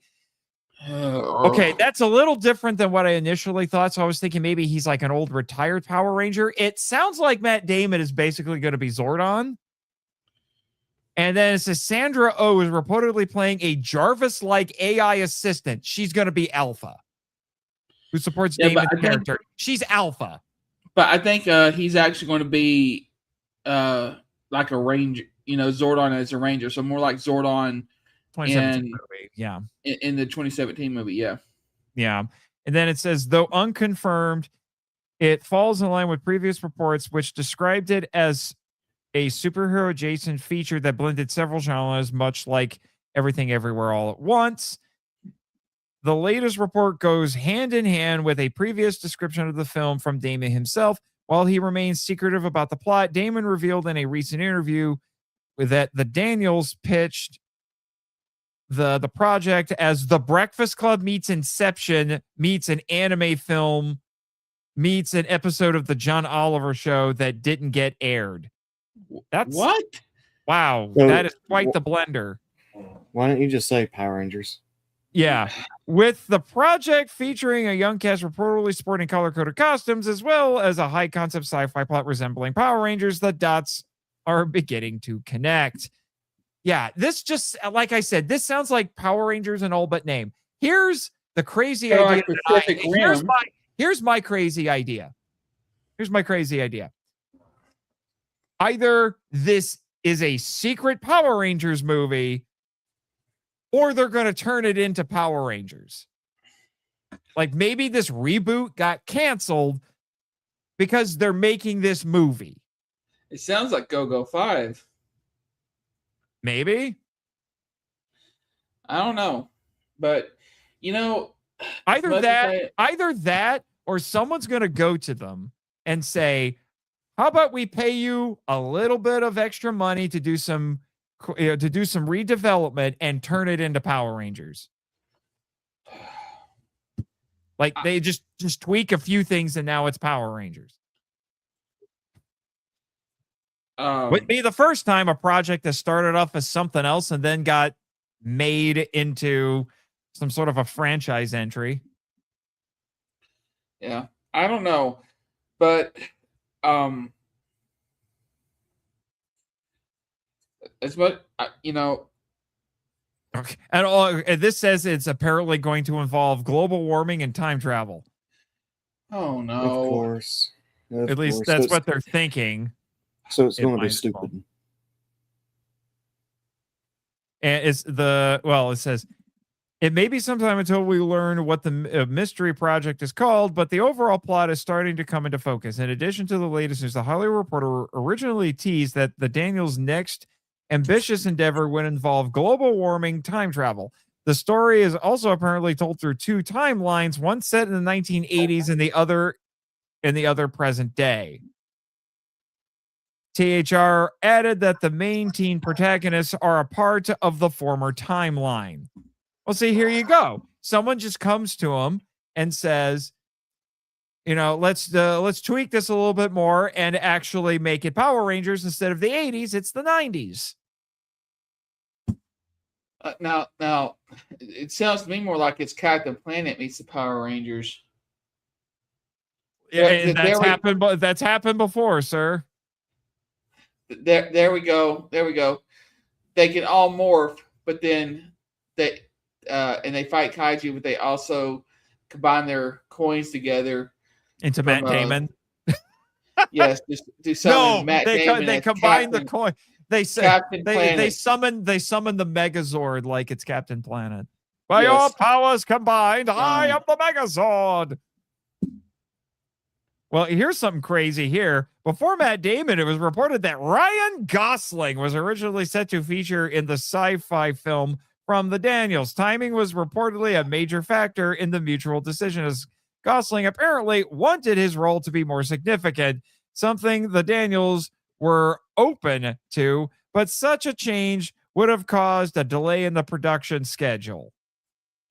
Plus, he was also busy at the time begging to be Ghost Rider, so... Yeah, it says Daniels is now set to lead the project, while the rest of the cast features Charles Melton, Sean Kaufman, Michael Gandolfini, Sylvia D'Annunzio, I hope I said that right, Jackson Kelly, Carice Brooks, Talia Dudek, and Pink Pantherus? Who the frick is this? Sounds like an influencer name. Probably is an influencer name. Yeah. Well, let's see. Who are the Daniels? They keep talking about them. Like, I don't know who these people That's the are. name of the movie, The Daniels. Oh, so that's the working title, I guess? No, that's the title. It's about a family. Okay, then. That's why I said sounds like Go-Go 5 and Captain Planet and Pacific Rim and I Hate You, Matt Damon, even before this. So no, thank you. Yeah, well, there you go. Apparently, that is why the Disney reboot is done. But that would be my bet. You're betting Saban's going to buy it back, buy Power Rangers back. I would bet money that this gets turned into Power Rangers in development if it isn't a secret Power Rangers movie. I hope not. Power Rangers has suffered enough. Let it die in peace, if that's the case. Don't you guys want to hear my thoughts? Yeah, sure. No. Oh, okay. Well, never mind. Oh, I said yes. So, screw Chris. He's been on. How many times has he been on these streams? Yeah, you don't count, Chris. Goodbye, Jimmy. I don't really have any thoughts. I think this is going to fail. Power Rangers is going to die. And we ain't going to see it until like 2053. 2053 minimum, yeah. At Yes. this point. Man, And possibly. then it'll probably fail then too. Because they're not Well- going to want to listen to anybody with a good idea. No. Just like Disney does. So Well, no, because by then Disney, everything will be Hasbro, AI written. anybody. Probably. Yeah, Edwin actually makes a good point. It's like Hell, yeah, I'd you know, rather take an AI over freaking Hasbro or anybody having it. yeah. But no, Edwin actually brings up a good point. You could if you wanted to do your idea, Jake, you would basically do Shattered Grid. No, that'd take too long. Well, no, I mean, I think like you could truncate the story Yeah. and still basically do Shattered Grid. Yeah, because Shattered Grid was the Power Rangers Crisis on Infinite Earth, and Yeah. was better. It was, but they didn't have the anti-monitor. I would have the That's anti-monitor. you That's there's a no positive. you don't you know what you do? This is what you do. You make the crap, his name flew out of my head again. You make Draken basically the anti-monitor. He goes around, or maybe less the anti-monitor and more like this would be a closer equivalent. He's Thanos. He goes around, he collects a bunch of Ranger powers, and once he gets enough of them, he ascends to godhood and starts mucking around with universes and timelines. Well, actually, Well, he see, was- that's a really good plan, but it kind of stinks to let me make the plan, so it'd be really good. Okay. he actually was the anti-monitor, though, because if you look at it, he monitored the other universes and went through and destroyed them. He That's just didn't true. look for the anti-life equation. He looked for the anti-ranger equation. The anti-monitor didn't look for the anti-life No, equation. That was That Darkseid. was Darkseid. Oh, okay. I don't know. The anti-monitor just consumed the universes. Because Yeah. he was Yeah, this like a badass. gigantic being. That's Galactus. Mhm. Yeah, the anti-monitor is basically Mhm. Galactus, except he drains whole universes and not planets. I got the anti-monitor right. I can't do this. Right. Damn it! I It's up will there. get it. There. You He's ready right for there. my hot? You ready for my hot take about Crisis on Infinite Earths? No. You think it sucks? I think it is very important to comic history, but it is not a good comic. Interesting. It could have been better, probably. Yeah. That's why they kept having like 3 more Crisis after that. My gosh. Yeah, I They did. DC did Crisis on Infinite Earths to streamline the universe, and they still brought the multiverse back. Then they did the Rebirth. Then they did the New 52. Yeah, they kept doing it. Then they did away with that. Went back to the old way. Oh, And DC. literally picked up like it had never went away. I think even with the numbering that they left off with. Yeah. Anyway, Even though we're they had- going. So- We're going on so, comic book tangents here, but basically that's okay. yes. But basically yes. Power Rangers is dead, and yet isn't quite dead because Ninja Kidz Power Rangers is now allowed to exist, and it's promoting the toy line. And we have Matt Damon make it a Power Rangers in all but name. So the question becomes, is it truly dead or not? I Because- say it needs to. Power Rangers needs to go away, live on the comics for a little while, have some toy lines out, kind of like yeah, the comics are still going. kind of for like now. Batman did. Batman 66 went away, and then it'll eventually have like its Batman 89, Dark Knight, maybe come back as a film. They can kind of pay instead, and that way maybe people can get off the Mighty Morphin knob, and instead of just focus on the Rangerverse as a whole, and maybe you can introduce Andros alongside Mighty Morphin. Mhm. You know, just kind of streamline the lore a bit, but go away and hurt people's feelings 10 to 15 years, then come back with a fresh breath of life. Maybe. Especially toys. God dang. The Playmates toys, they're shit. They are. The only reason I bought that one, it was cheap, and I wanted Johnny Young Bosch to sign something, and I couldn't find Ichigo. I thought the Well, Blade yeah, Blaster I mean, was going to be cool, and then I well, got you it, know what? and You know there's what? no freaking, there's not even a blaster sound. It's just quotes. You pull the Yeah, which trigger, is it's a weird. quote. Pull the trigger, quote. It's like, really? You might as well play with it for 5 minutes and throw it in the trash. It's where it belongs. Yeah. Screw you, Playmates. You suck. Screw you, Yeah, Hasbro. you know suck. what? I just out of curiosity, I'm doing a search to see if I can to see what the Lightning Collection Johnny Young Bosch Black Ranger goes for, because I have the one that's the Zack version. The problem is I'm not exactly sure. Okay, I'm guessing this one is the Johnny Young Bosch version. It's on Amazon. This may not be the best price because trust me, I've learned, how to shop for things like this. But if you want the Johnny Young Bosch Lightning Collection figure, it is $36, which is not as big of a markup as I thought. Yeah, but it's funny, they didn't give him the power axe, which he did use. They gave him the freeze gun, which Zach used.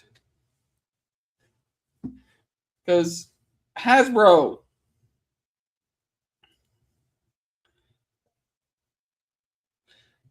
Here's what you do, people. You save up, you don't support Hasbro, and you go and buy the awesome Rangers being done by like Fig Zero and places like that. Mm-hmm. Yeah. Yeah. What's real? But here's the crazy part. This is the Zack version, and it's cheaper on the aftermarket. I don't make it make sense. And Although season this two is, back if that's what the civilian head looks like on this thing, that doesn't even look like what that is no, Black what Billy. the That looks like Black Billy. That's true. That is I think they just black-faced the Billy Cranston head. Oh God. Yeah, I was gonna say this does not look Go like look up. Richard Go Jones. look up Billy. Go look up Billy. Lightning Collection Blue. Lightning Collection Blue. Yes. Let's see. Yeah. Well, that one has glasses, so I don't know how well that's gonna work here. Yes, it looks like they black-faced Billy. Okay. Wow. Let's see. Let's try this one. This is the the metallic armor version. That doesn't even that doesn't even look like. That's the Twilight armor. Yes. Oh crap. Okay. Anyway, what'd you say? What'd you say? Fig Zero? Yes. Go look up the big. Now they're expensive, but look at the quality. They're worth it. Like the 6-figure pack, I think, is like $300. Yeah, they are worth it. Yeah. Okay. Maybe I should just. They've already Go got look Mighty up Morphin Mighty out. Power Rangers They Big got Zero. They got Mighty Morphin. They got the movie versions, and now Wow. they got I am not finding these at all. You may not find it on Amazon. Yeah, you probably won't find I'll them see on if I can Amazon. send you a link. Yeah. Hold on. I'm gonna stop sharing.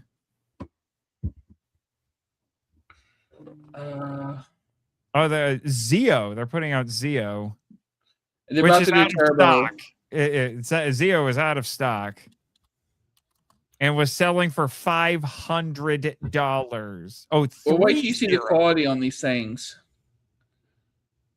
Oh, wait, no. So, Oh, all right. no, that's the Gold Ranger. I'm just going to start sending you some links for. Yeah, put it in the quality on private these chat. things. Put it in the private chat. I am.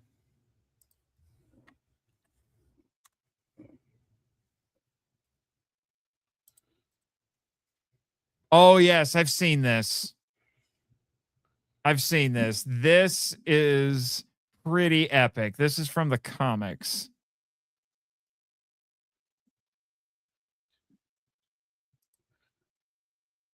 Yeah. This is nuts. Yeah, so it's like, yeah, it's $500, but I would pay it gladly. Well, this one is 185, but it's one figure. But this one is nuts. Yeah, this is from the comic book that Amy Jo Johnson did. That's what it says, because it says Power Rangers: The Return.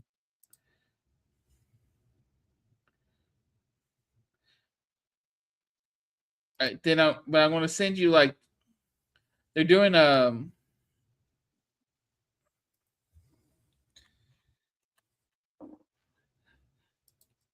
this is from Big Bad Toy Store. You had to find them in different online stores. Yeah, they're doing. I am a fan. I'm a fan of Big Bad Toy Store. Yeah, this is what the blue Zero Ranger looks like. It looks like you've actually got a miniaturized Ranger in your hands. Suit looks like straight up from the show. Yeah, that's the toy. Nice. That's what that's an actual. When you say that, it's because it has an actual fabric costume. Yes. I wish more companies would do that too. I hate seeing the joints. Yeah, that is. Yeah. Well, the problem is that to do something like this, this is why it costs that much. Yes. That's a high price point there. But see, here's the thing: the reason why a lot of people have so many action figures, they've been trying to chase that action figure that really made them feel like they had a character from the show. You have this, just save up and get this. It's better than buying 5 of the same thing, trying to get one you really want. Mm-hmm. Yeah, this I gotta say, yeah, this is some incredible work. But it is, yeah, most people are gonna have to save up for this. Yeah, which is a good thing. But this is not something that you play with. This is something you put on display. Yeah. Don't get me wrong, they should definitely still have the kids' toys, stuff like that. That is one thing that the Reignition line is good for, except for the fact that it's okay for guns to make laser sounds. But also they said they were going to reissue the 8-inch figures, and they haven't done that yet. Yeah. Good quality toys for kids, but also high-end figures for collectors. Yeah, I'm trying to find more stuff of them. Yeah, let's see. They doing pre-orders for that Red Ranger. They've done a Ranger Slayer, which is on sale right now. They've done a reissue of the 5-pack. This is one we were trying to find. This is on Big Bad Toy Store. Oh no, that's for Zeo. That's for Zeo, and it's $614. Yeah. But yeah, but they don't mess around. Yeah. But take a look at this. This is pretty gorgeous. Look at that. Yes. Yep. You would think they do have accessories and stuff. Oh man, look at that. Look at that. They're replicating a shot from the O-Ranger theme right there. You when I first saw when they released the Mighty Morphin and the weapons combine, that's cool. Yeah. When they released the Mighty Morphin set, I'm like, oh, they're just showing clips from the show for advertising. I'm like, oh wait, no, that's the toy. That's the figure. Man, there's a ton of pictures here because they got a bunch of individual pictures for each Ranger on here. The articulation is insane. Yeah. And it is cool of them that they do give you the option. If you just want one of them, you can get one of them. Yeah. At least the blue one. Yeah, you can get them all. That is crazy. Let's see what they've also got. They've got a Draken. Mm-hmm. Let's see, a red turbo, a putty. The putty alone is $100. Also, but if you're looking for Lightning Collection, they do put the Lightning Collection on the Big Bad Story Tour. Yeah, they do. I've bought some from there, but no, and then there's a green turbo. The fact that they went to turbo is kind of crazy. and they're doing waitlist for Mighty Morphin White and the Dragon Shield Black Ranger. Yeah. But yeah, oh my gosh, man, look at this bad boy. Yes. $120. Look at this bad boy. That's not bad. That is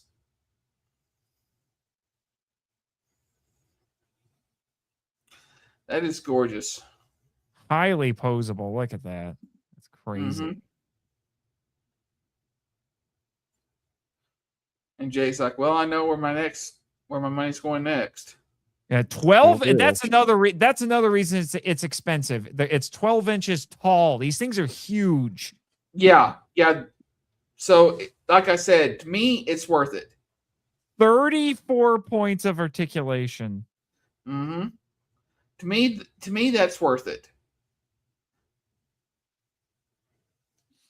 But yes, definitely support the Big Bad Toy Store.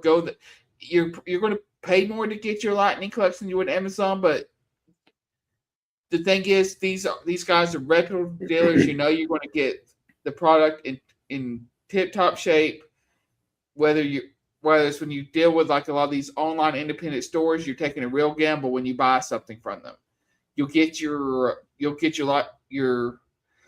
Oh my gosh, they still have the Street Fighter crossovers on here. Yes. I thought those were done. No, Man, I they still got want to 'em. get these. I still want to get these. I have the Ryu and the Chun-Li. I did not get Cammy or Ken. I may have to invest in these. Crap. Yeah. So yeah, definitely support the Big Bag Toy Store because you know you're going to get everything that you pay for with them. You take a gamble with some of the independent dealers on Amazon, like you getting your Shadow Ranger without the Shadow Saber. Yeah, they've still got. Yeah, they still have some of the Ninja Turtles stuff. Mm-hmm. I was actually eyeballing. They had the Astro Megazord. I was seriously putting thought into getting the Astro Megazord for a minute. That was actually one thing that did make me sad about Hasbro canceling their toy line. Was I love their Megazords. Yeah, the Megazords were on point. I have to give Hasbro props on that. Yeah, I would like to still get the Astro Megazord if I could. I would get the Phantom here. I would still get the Phantom. I have this one. I like Blue Centurion enough. I might get him. I don't know. Look, $28. There's the Adam Park figure. Let's see. And look at the price. It's cheaper. It's cheaper than Amazon. Cheaper than Amazon. $20. Worth it. I would get it. Yeah. I would totally get it. Let's see what other Lightning collection we have in here. A lot of them. No, we're not sponsored by the Big Bad Toy Store. But if you guys are listening, we'd be happy to be sponsored by the Big Bad Toy Store. Yeah. Oh, geez, look at this. You can get they actually packaged 4 figures together. You can get them for $40. Mm-hmm. Save 60%. It's I mean, I already have that one. So that would be a little redundant, but $40 and you get. Isn't that supposed to be Cassie? That's Cassie. Yeah, it's in space pink. That is not Cassie. I know. Trust me. But I already have that one. Zeo yellow, Dino Charge green, and the Phantom Ranger. I think I would be happy with those for $40. Absolutely. Yeah. Yeah, here's and this one, it's like $12 by itself. Let's see. Do they have this picture of the civilian head on here? Yeah, it doesn't really. Yeah. That was the other problem with some of these. Honestly, that looks more like Hunter Demo, the pink Hunter Dino, red, our last Red Ranger. It looks more like her, which I'm not going to complain about, but it's not Cassie. Oh, Power Rangers Turbo Lightning Collection Invisible Phantom Ranger exclusive. Yes. That one I thought was cool. That one's pretty snazzy, and it's only $13 on this site. I have not looked at this in a while. Yeah. Oh. This is the only I'm gonna really out myself here, but man, I can't argue with this price. But this is the only in space Ranger I don't have, and I've hesitated to get him because there's 2 ways to get him, and I wasn't sure if I wanted him with the surf. I would go ahead and add to cart, sir, and treat yourself. I have the original Space Rangers with the gliders and the rovers. Look at Yeah, you. because the blue, right here, because this was the other way I could get it. This was the one, and this was the set I was leaning toward. Definitely Because I get wanted, that one. because I wanted Psycho Silver. Yes, that Psycho one. Silver, the forgotten Psycho Ranger. Because he's not a real one. Yeah, but this I was the wanted one the I was Omega Rangers. Yeah. But this was the one that I was this was the one version of it that I was leaning toward, not the one with the surfer, the one with Psycho Silver. And then I would have it would be only I think there's only a handful of complete Ranger teams in the Lightning collection. In Space is one of them, and that's the only one I need, and I will have 2 complete Ranger teams because I do have a complete original Mighty Morphin. Yeah, I'm I was mad about to they say, didn't you have the complete original- Turbo. You have In Space that's complete, then you have 7 different versions of Mighty Morphin Power Rangers complete. Oh, this is another one. This is another one I want to get. Mezagog, one of the best villains in the franchise. I have this one. There's Pumpkin a tank, Rapper who's became strangely iconic. Yeah, let's see. This is Wave 11. Yeah, you get Dino Fury Red, a Cog, Dino Charge Pink, and Merrick. a Wolf Ranger from Wolf, yeah. Wild Force. Yeah. So, There you then go, they had my the figures. remaster. Oh, here you go. Here you go. Some JDF action here. Oh, it's sold out. Never mind. All the JDF. I'd love to have the Alien Rangers too. Yeah, you're probably never going to get those. It says Yeah. wait list. You're probably never going to get them. Oh, see, look at this. Look at this. By itself, it's sold out, but you can get the 2-pack with the monster. All right. And here they did Lost Galaxy Pink, but it's not my girl. Of course not. I don't mind Kendricks. I don't mind Kendricks at all, but it's not my girl. That she looks terrible in that. Yeah, role. that civilian head does look awful. Honestly, I left all the not civilian good. heads. I left the civilian heads in the packages. I didn't even take Yeah, them out. I don't typically use them. Now, what a lot of people were doing is, I know some Spider-Man figures, they had the civilian figures, and they would just take the heads off that. And Oh do my it. gosh. You got a wait list for this crazy thing. Oh my god. Hey, it was a crossover between Power Rangers and Turtles we wanted, and you will not bring dishonor on. Oh, us, I've read the first 2 volumes. I've read the first 2 volumes. I'm well aware. But anyway, apparently I need to spend a little bit. I apparently need to. Naruto. I need to spend a little bit more time on Big Bad Toy Store because they've got the Lightning collection on here that I would like to get my hands on. All right, But yeah, Well, let's go get back on figure. track. Like that one. That one is still. Well, no, here you go. Here you go, Jake. Nope. yes, Nope. Give me Johnny. yes. Is it no? Oh, I is need it not? Daniel. Oh, it's Daniel. I I don't. want them all. Nah, I just want What Johnny. killed me is they canceled the Lightning collection with just 4 of the Ninja Rangers. They had 2 left to do with the Cobra Kais, and they never did it Yeah. anymore. But to start getting us back on track so we can end this stream before next year. Yeah. But I do want to talk at least a little bit about the first episode of Ninja Kids, the Ninja Kids Power Rangers. Yeah. Did anyone else besides haven't me seen watch it? You haven't seen it? No, I did not, because I've been busy. I haven't got to watch that, and I didn't get to watch the Zero episode. I've watched Teo and Kamen Rider ZEZTZ. Okay. I will. In which case, do we want to table those? Spoilers Do we are wanna fine. Spoilers are fine.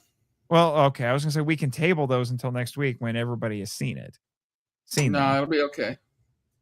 Okay. Well, I will say this: there's the not Ultraman, the Ninja Kidz Power Rangers thing. It's 9 minutes, and a ton of stuff happens in that 9 minutes. Crazy thing is, the first 30 seconds is just an introduction saying, "Hey, thanks for watching this, and thanks to Playmates for helping to make this possible." And then the last minute is a toy commercial. Yeah. The beginning was the kid's dad. Yeah, where the big joke was that the kids are getting into the new Playmates toys, and their millennial dad just keeps talking about Power Rangers and Mhm. dropping all kinds of Right. facts about it. It's actually Yeah. pretty. As pretty soon as he started doing that, my wife looked at me and was like, I'm like, yeah, I know. That's me. Yeah, we're all like, yeah, that's us. Yeah. So, but the thing is that means you basically get 7 minutes of story in this. I will say the best things about what Ninja Kidz has done here is those young people are incredibly talented martial artists. Mm-hmm. Like their fight choreography would make Koichi Sakamoto proud. Like their fight choreography is absolutely crazy, and their cinematography, their camera work was excellent. Like I was shocked how good the camera work was in this. It was, but there was a lot of times where you could tell like the hits and kicks didn't land. They could work on that a little bit. Other than that, the fighting was good. Yeah, the kids are incredibly talented. Mm-hmm. Like they are doing crazy stuff. Yeah, and sometimes they it's kind of obvious the hits are not quite going there. They do a pretty good job of trying to hide that. And the other thing is, and this is you would be surprised that I would have to say there's a spoiler you have to worry about here. I was not expecting this. Like I went into this thinking because it's how it starts. It just feels like, oh, this is basically Mighty Morphin. And because all the characters in here are supposed to be the Mighty Morphin characters. Yeah. Now it's more like, I think it's more based, the casting choices seem to be based more on the 2017 movie, but that's neither here nor there. But, because like Trini is not Asian, she's Hispanic. As an example. Well, they probably did that to avoid backlash. Maybe, I don't know. It went with the, but it it starts off and it just feels. What? Like how the original Trini was Hispanic as well. Yeah, I'm aware of that. But what I was expecting is it kind of starts off like this. Oh no, the putties are attacking. And then the Rangers show up, fight the putties a little bit. Then they morph and they fight the putties a little bit more. Goldar shows up, gives them some grief. And I'm like, yeah, this is playing out basically how I would expect a Mighty Morphin episode to play out. And then Zed shows up. I'm like, okay, I get it. Zed shows up. He messes with Jason. And, then Jason's gonna, get his second wind and fight Zed off just enough. And then Zed's like, I'll be back, Rangers, or whatever. No, that's not what happened at all. And then we got the Shyamalan twist with this that I was not expecting at all. It turned out everything we had seen for like the first 5 minutes of this special after the introduction was all basically a PTSD nightmare. Because Jason wakes up in a bed. He's out in, it looks to be the Middle East someplace in a desert. And we find out that all of the Rangers are basically underground freedom fighters. And Zed had won. Wow. Mm. And what we saw was a flashback, apparently, to the moment when Zed won. Yeah. They might not even be on I Earth was not because of expecting the that at little all. kid we saw at the end. Yeah, they Which- did. They which- threw in a cameo by little kid Yeah. Zato, Yeah. that So was they- weird, but I'll say they're on KO 35. Just throw it it out could be there. KO 35. I think it might be. I think it might be Earth still. It probably is. I'll say But- the Z design, it's okay. They could have polished the suit a little bit more. Goldar looked really good, but I appreciate them moving his mouth. Yeah, see, that's the part that I was trying to pay very close attention to, because obviously Mhm. one of the big controversies was that leak trailer had AI, AI stand-ins for the actual VFX that they said they hired people to do to actually make. Yeah. I looked at this I was still seeing some chatter online where people were still thinking it's AI. I'm not convinced that it's AI unless the AI has really gotten that much better, because they had a guy in a Goldar suit on set and the suit does look really good, hmm but they used CGI to animate Goldar's mouth to match the lines of the voice actor. And it matched them exactly. Now, some of the lip movements still looked a little odd, but his face is articulating the lines as you would expect them to. When Yeah, it was well, that's close awesome. up, almost sideways, that looked really good. But whenever it was in front of him, a little from a distance, it kind of looked a little wonky. It looked a little wonky, but I'm pretty sure that was done with, that was just CGI. I don't think that was AI, because I don't think the AI would manipulate it as cleanly as it did. Yeah, which Yeah. I'm fine with it being a little wonky, as long as they actually put the effort into making his mouth move.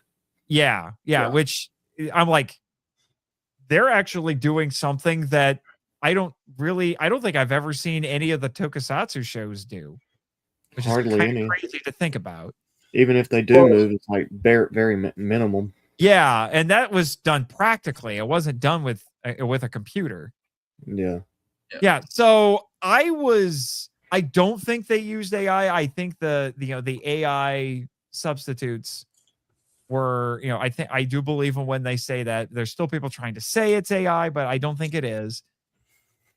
So this is whatever they're doing. I think it's supposed to be 10 episodes. What they're doing is more than just simply a little promotion for the new toy line. Like, the fact that they had this twist tells me they are doing more with this. Yeah. Simply promoting the toys. Like, they've got a story that they are working on, because they went in directions I was not expecting. Like, this is more ambitious than I thought it was, just off of this first episode. So I highly recommend it. Is it, it's the closest thing we're going to get to an actual Ranger show right now. And this first episode alone showed me that they're doing more with this than you would have expected. Yeah. We got some comments. Apparently, episode 2 drops on Tuesday. Tuesday. And Okay. And it says they were on RAFCON, Zato's planet from Dino Fury, I think. That would make sense. Yeah.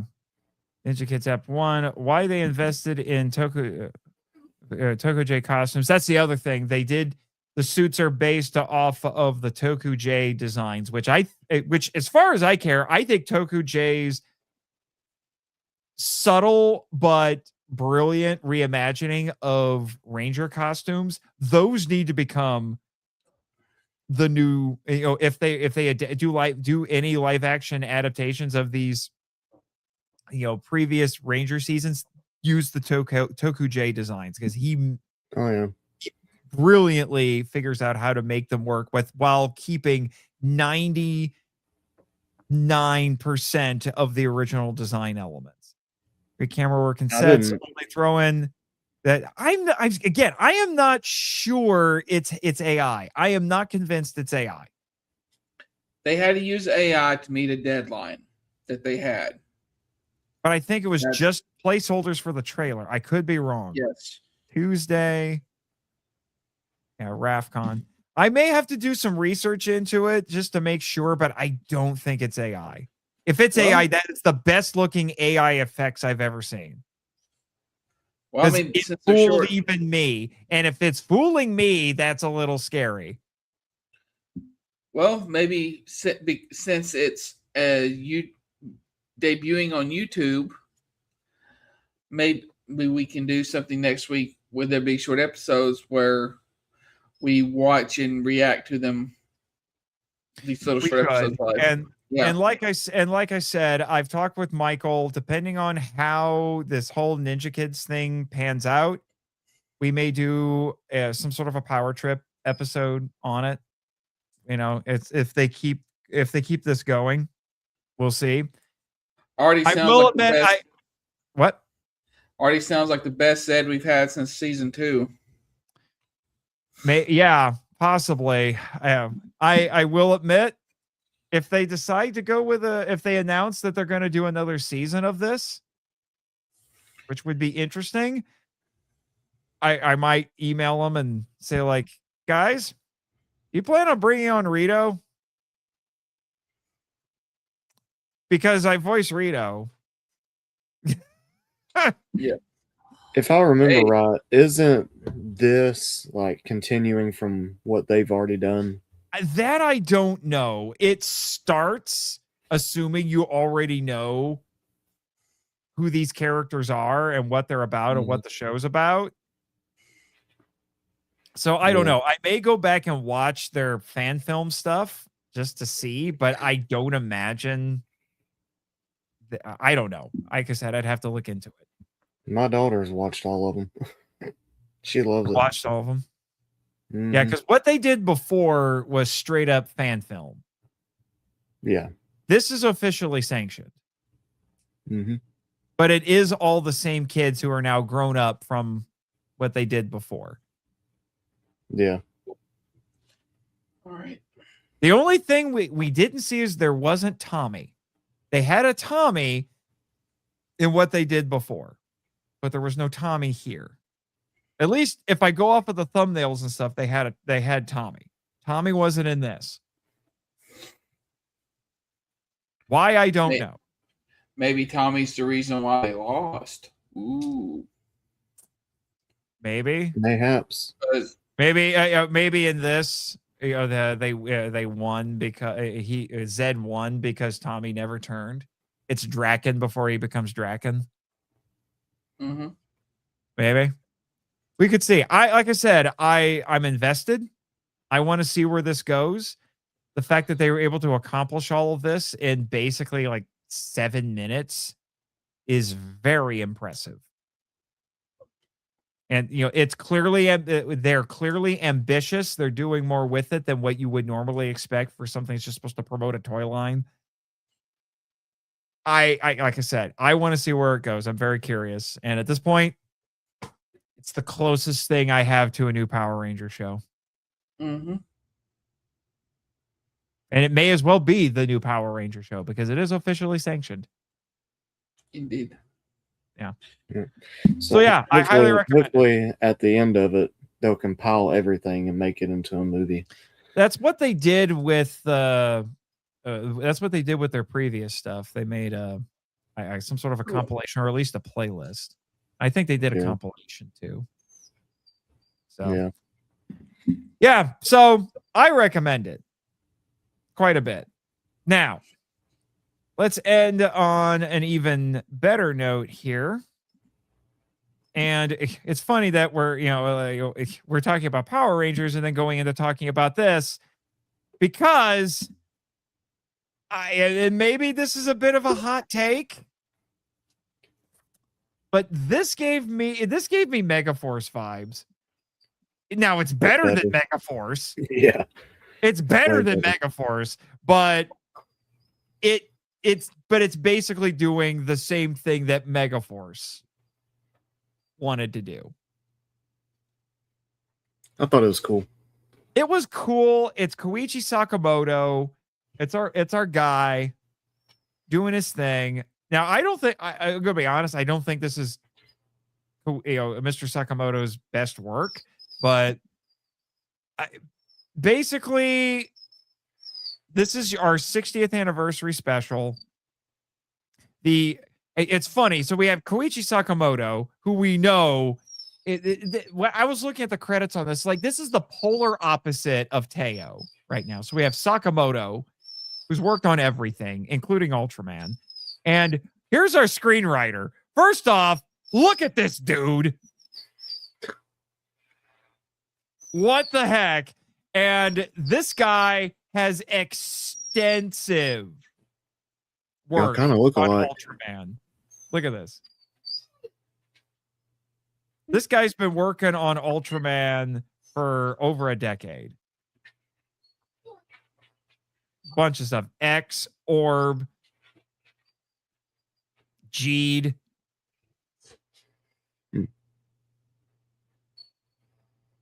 Yeah, let's see. Z, although that's like their like tie-in audio drama stuff. Trigger. You're awake now. Yeah. So this guy knows Ultraman. Blazar, he wrote Blazar. Wrote for Blazar, he wrote for Omega.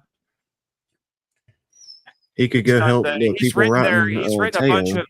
Yeah, he's worked on their on the Ultraman stage shows. Let's see.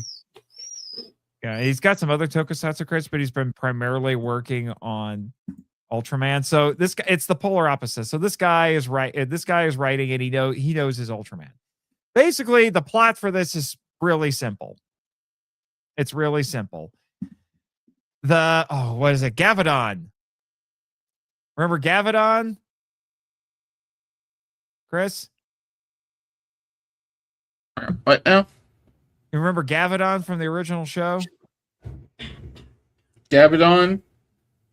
Yeah, it's the one that looks like a pillow that the little kid made. From. Oh, He was in yeah. Omega too.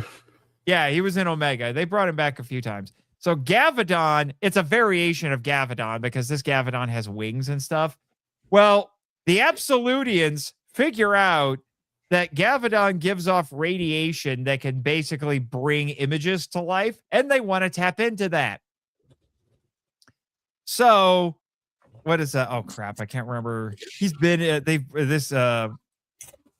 what is his name? Yeah, Diavolo. They've had him on a few times as a villain. So Diavolo kidnaps Gavadon to do that, to harness this power, and Gavadon was having a nice time with Ultrawoman Grigio, who is the sister of the two Ultras from Ultraman Rube. And then we get our obscure pick for the day. We get Ultraman Boy right here is in this. And if I remember correctly, I think, what was he? Well, yeah, I guess he was in like Mega Monster Battle, but so was everybody. But I think, what was he in? I thought he was in commercials. Series where he learns about the past Ultra. Okay, I'm thinking of a different Ultra. There's an Ultra who was in commercials, but like this is a really obscure pick to bring in here. And so it's interesting that they went with him. So they were there, they witnessed that, they get roughed up. Ultraman Zero shows up to put everything right. And he gets a visit from who I'm pretty sure is him from the future. And he gives him this new transformation device. It's basically a new toy that gives him yet another power up because this is because Zero is Bandai's favorite Ultraman. Because he has, oh my gosh, he has more power-ups than like 10 seasons of Power Rangers. And he gets another one, the Cosmo Rise. And the Cosmo Rise has a Megaforce gimmick. He can summon the powers of any past Ultra heroes. So he's Mega Silver. Gotcha. Well, except here's the thing. He doesn't just simply use their powers. He actually summons a construct of them. Oh, okay. So I think That's he uses their attacks, but he summons a construct of them, and then they help, and then they assist him. And that's what the special basically turns into. Save Gavadon, protect Grigio and Boy, and use this new power-up, this new mysterious power-up that he doesn't know where it came from, so they build a little bit of mystery with that. And he just summons different Ultramen, Ultra heroes, to help him deal with Diavolo and his endless supply of goons. So New Generation Stars was setting up this special. Is basically what you're saying. Kind of, but he's not limited to just new gen heroes. It's everybody, because this is the 60th anniversary special. And if you pay close attention to the summons that he does, you'll detect a theme with each of them. Now, first one he does is just Mebius by himself, just to show us what this thing can do. And then there was another one where he summoned 7 Omega, and who was the other one? Arc. Help me out. What? Arc? No, Not Arc. no. It was 7 and Omega and Was it him. just 7 and And then Omega? Yeah, just- and him. Yeah, and then And- just Arc. And okay. Yeah, okay. You got 7 and Omega plus him. And the theme for that one is they all have eye sluggers. And Blazar. Blazar, that's right. Yeah, well, Blazar was part of a different set. And then there was one where I'm like, oh, I know why you summoned. Oh, and then there was one where he summoned because Diavolo, once he had the power of Gavadon, brought a couple of kaiju to life, and one of them was Golza, I think is who it was. Yeah, Golza from Ultraman Tiga, because he was the first kaiju in Tiga. So he summons Tiga, Dinah, Trigger, and Decker to help him fight this Golza. So like, okay, I see what you did there. And then there was another one that was basically supposed to be like the grand finale when he fights Diavolo, where he summons the OG, Tiga, Zet, and Teo. So plus him. So like, oh, I get it. It's all the popular flagship characters plus Teo because he's the new guy. So you're getting all the heavy hitters there. All I get, which I like, is Zet that popular? Is he like the most popular guy from the current era? Is that why he's here? I guess he's more. I guess he really is more popular than I thought. But all right. And that's what that's basically what it is. It's a bunch of cool effects, cool action with some of your favorite characters being summoned. Is it, like I said, it's the Megaforce gimmick. It's implemented better than Megaforce because I always felt like Megaforce was just cheap cosplay. It's not the actual characters. At least here, it's not, Zero's not cosplaying as these characters. Basically, they're constructs, but at least he's summoning separate characters from himself. Yeah. But yeah, and when he does it, he brings up this massive grid and he like moves stuff around to, make a selection, and then that hero shows up. The transformation sequence when he uses this new device is very toyetic. I love the music. The music is pretty good. So like I said, it's kind of light on narrative, but you get cool characters, and Diavolo is a cool villain. It looks like, although spoiler I wonder warning, if he'll play into the movie. I don't know, because this looks like it might be the end of Diavolo.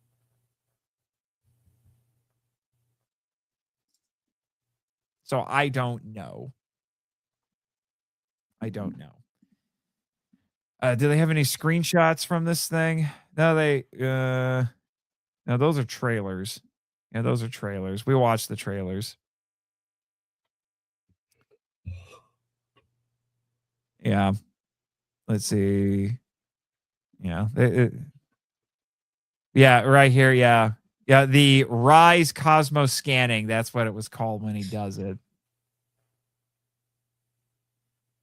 Yeah. Oh, yeah. You have Gavadon C, and then Golba or Golza. Where is that? Is the oh? I had a hiccup there.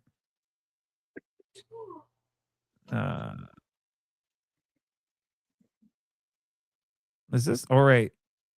Oh no! I thought it was Golza. No, it's Golba. So it's the trigger version. I was wrong. But still, he summoned Tiga to help him deal with that. And yeah, we also got Darklops because we have to bring Darklops back because of course. And yeah, Pandan, yeah, this weird two-headed monster from Ultra 7.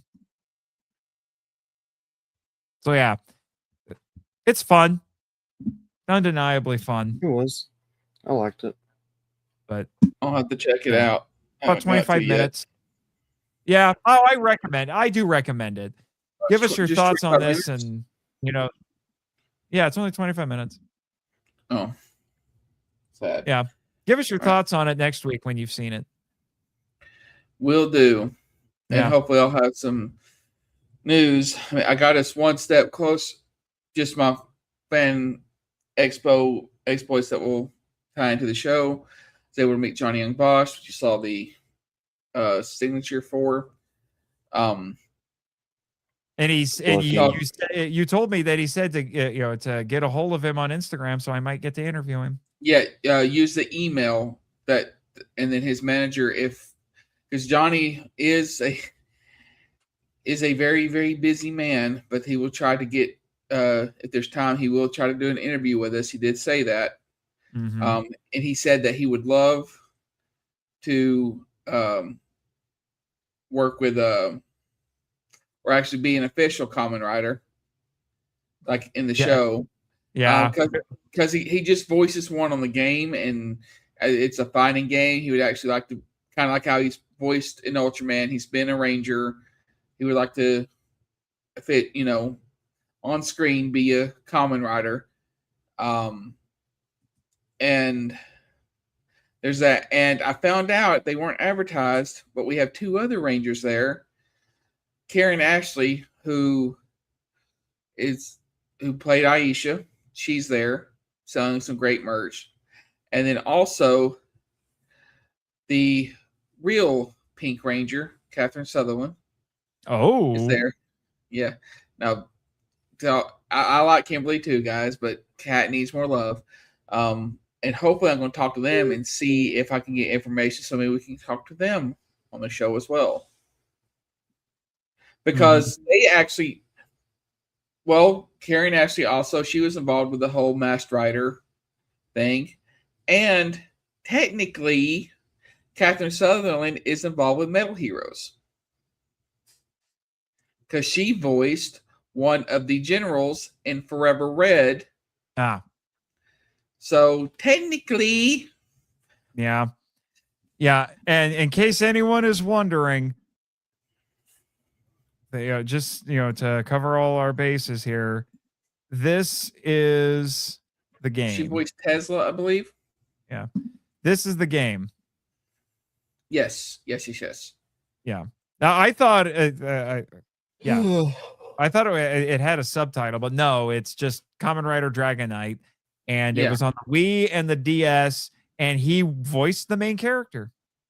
Yes, but the main character was played by a different person in the show, so he, and there is an English, because that is the English version of the show. It's the English version. It's kind of weird. This was like the late 2000s. It was on the CW, and they pulled a Power Rangers with it. Mm-hmm.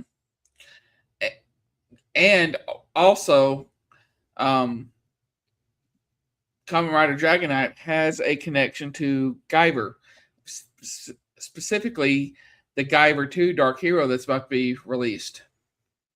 One of the female writers was actually the girlfriend or love interest of Sean Barker, aka the Guyver, in Dark Hero. Well, I actually found out. This is wild. I actually found out that Koichi Sakamoto's wife was a stunt woman he met while doing his work. And she has tried to murder Tiga. Because if you watch Ultraman Tiga, The Final Odyssey, she plays the main villain of that movie, who's an cool. evil Ultra woman. Not only that, she's basically Ultraman Tiga's crazy ex-girlfriend. And she spends the whole movie trying to murder him. Gotta check that out. Yes, I highly recommend it. I even screenshot it and then made a meme out of it that said, that's Koichi Sakamoto's wife murdering Tiga. And you actually have seen her face. She is one of the A squad members in SPD. So it was either Charlie or we didn't actually see her face. No, you saw her face. They were aliens. A squad. A squad was With aliens. the space helmets. Yeah, you had one human and then 4 aliens. I thought. And he Well, thought, he's supposed to know his Power Rangers. What the heck? If they're all on a different planet, they're all aliens. True, but you know what I meant. Let me. I'm trying to, because I've seen a picture of her. Damn, wrong. I don't know. I'm tired. But I only remember the Tired. human Charlie. Yep, here it is. Let me see. Do they have a better picture of her? Apparently not. Hold on. Which ranger was she? She was the pink one. Okay. All right, wait. No, I'm doing it wrong. Is it Carmira? Is it Carmira or Chimera? I think it's Carmira. No, it's Carmira. It's the original one is Chimera. All right, hold on. Because I have to use the Ultraman wiki to find this. Let's see. Look at me scrambling to do this. Let's see. Oh, nope. Voice actor, suit actor. Yeah, her name is Motoko Nagino. So I'll show you her entry on the Ultra Wiki, which actually has a better picture of her in character than the Power and then the Ranger Wiki does. But this is her. Okay. All right. It's Koichi Sakamoto's wife, like I said. And Lucky. yeah. Oh, she did have a face roll in Tiga, like a small face roll in Tiga. And she was also in an Ultra 7 thing. You guys remember when we watched the Halloween episode of Tiga? She was the witch. Oh. She was the witch. And let's see. Yep, this is her in Power Rangers. Oh, okay. Yeah. Yeah. My bad. Okay. Okay. Yeah, I thought she looks kind of like Cassie. I remember thinking that. Okay. All right. I'm tired. Speaking of which, yeah, it's almost like 1 o'clock your time, guys. Yeah, I'll be Is that fine. it? Yeah, I'll be fine. But no, yeah. So yes, that's Koichi Sakamoto's wife. And Hey, Chris, tell Rose that Sasuke could knock out Vegeta with one punch. oh, Maybe in your dreams. wow. Anyway, I think we've covered basically everything. So yeah, watch. We'll follow up on Ninja Kids and watch the Zero special. Tell us what you think of it. So Will do. And Sasuke couldn't even challenge Hiei, much less Vegeta. oh, Very true. Vegeta All is right. the GOAT. All right. You know what? considering that we have Rose here with us, maybe she should get the last word on here. She should say, "And may the power protect you." So for the rest of us, what did we learn this Sure. week, gentlemen?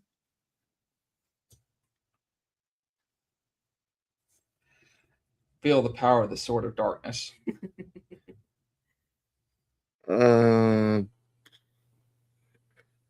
Wait till you see my lightsaber. Bet mine's bigger. Nate's dead. Your Schwartz is as big as mine. We're waiting on your line, Nate. I said it. Now you say, "May the power protect you." May the power protect you. Nice job. Thank you for listening to Henshin Power V3, a podcast produced and hosted by Nathan Marchand. Christopher Reiner. And Jake Hamber. If you'd like to send us feedback, we'd love to hear from you. So email us at henshin.power.v3@gmail.com. Follow us on X, the artist formerly known as Twitter. Thank you, Danny DeManna. Where our handle is @HenshinPowerV3, and join our official Facebook groups, Power Rangers Legacy and the Marvel Out Lounge. We also have a Discord server called the Marvel Out Lounge. Check the show notes for links to all of them. Subscribe to us on Apple Podcasts, Spotify, YouTube, and other great podcatchers. The podcast logo was designed by Rebecca Hudgens. Follow her on Instagram at super_r_illustrations. Our theme song is a Joe the Hero remix by GVG Kid, which is based on a track from the video game Beautiful Joe. All film and audio clips belong to their respective copyright holders, and no infringement is intended or implied. Please rate and review us on Apple Podcasts, Spotify, and Podchaser to spread the word about the show. And until next time, Schwartz!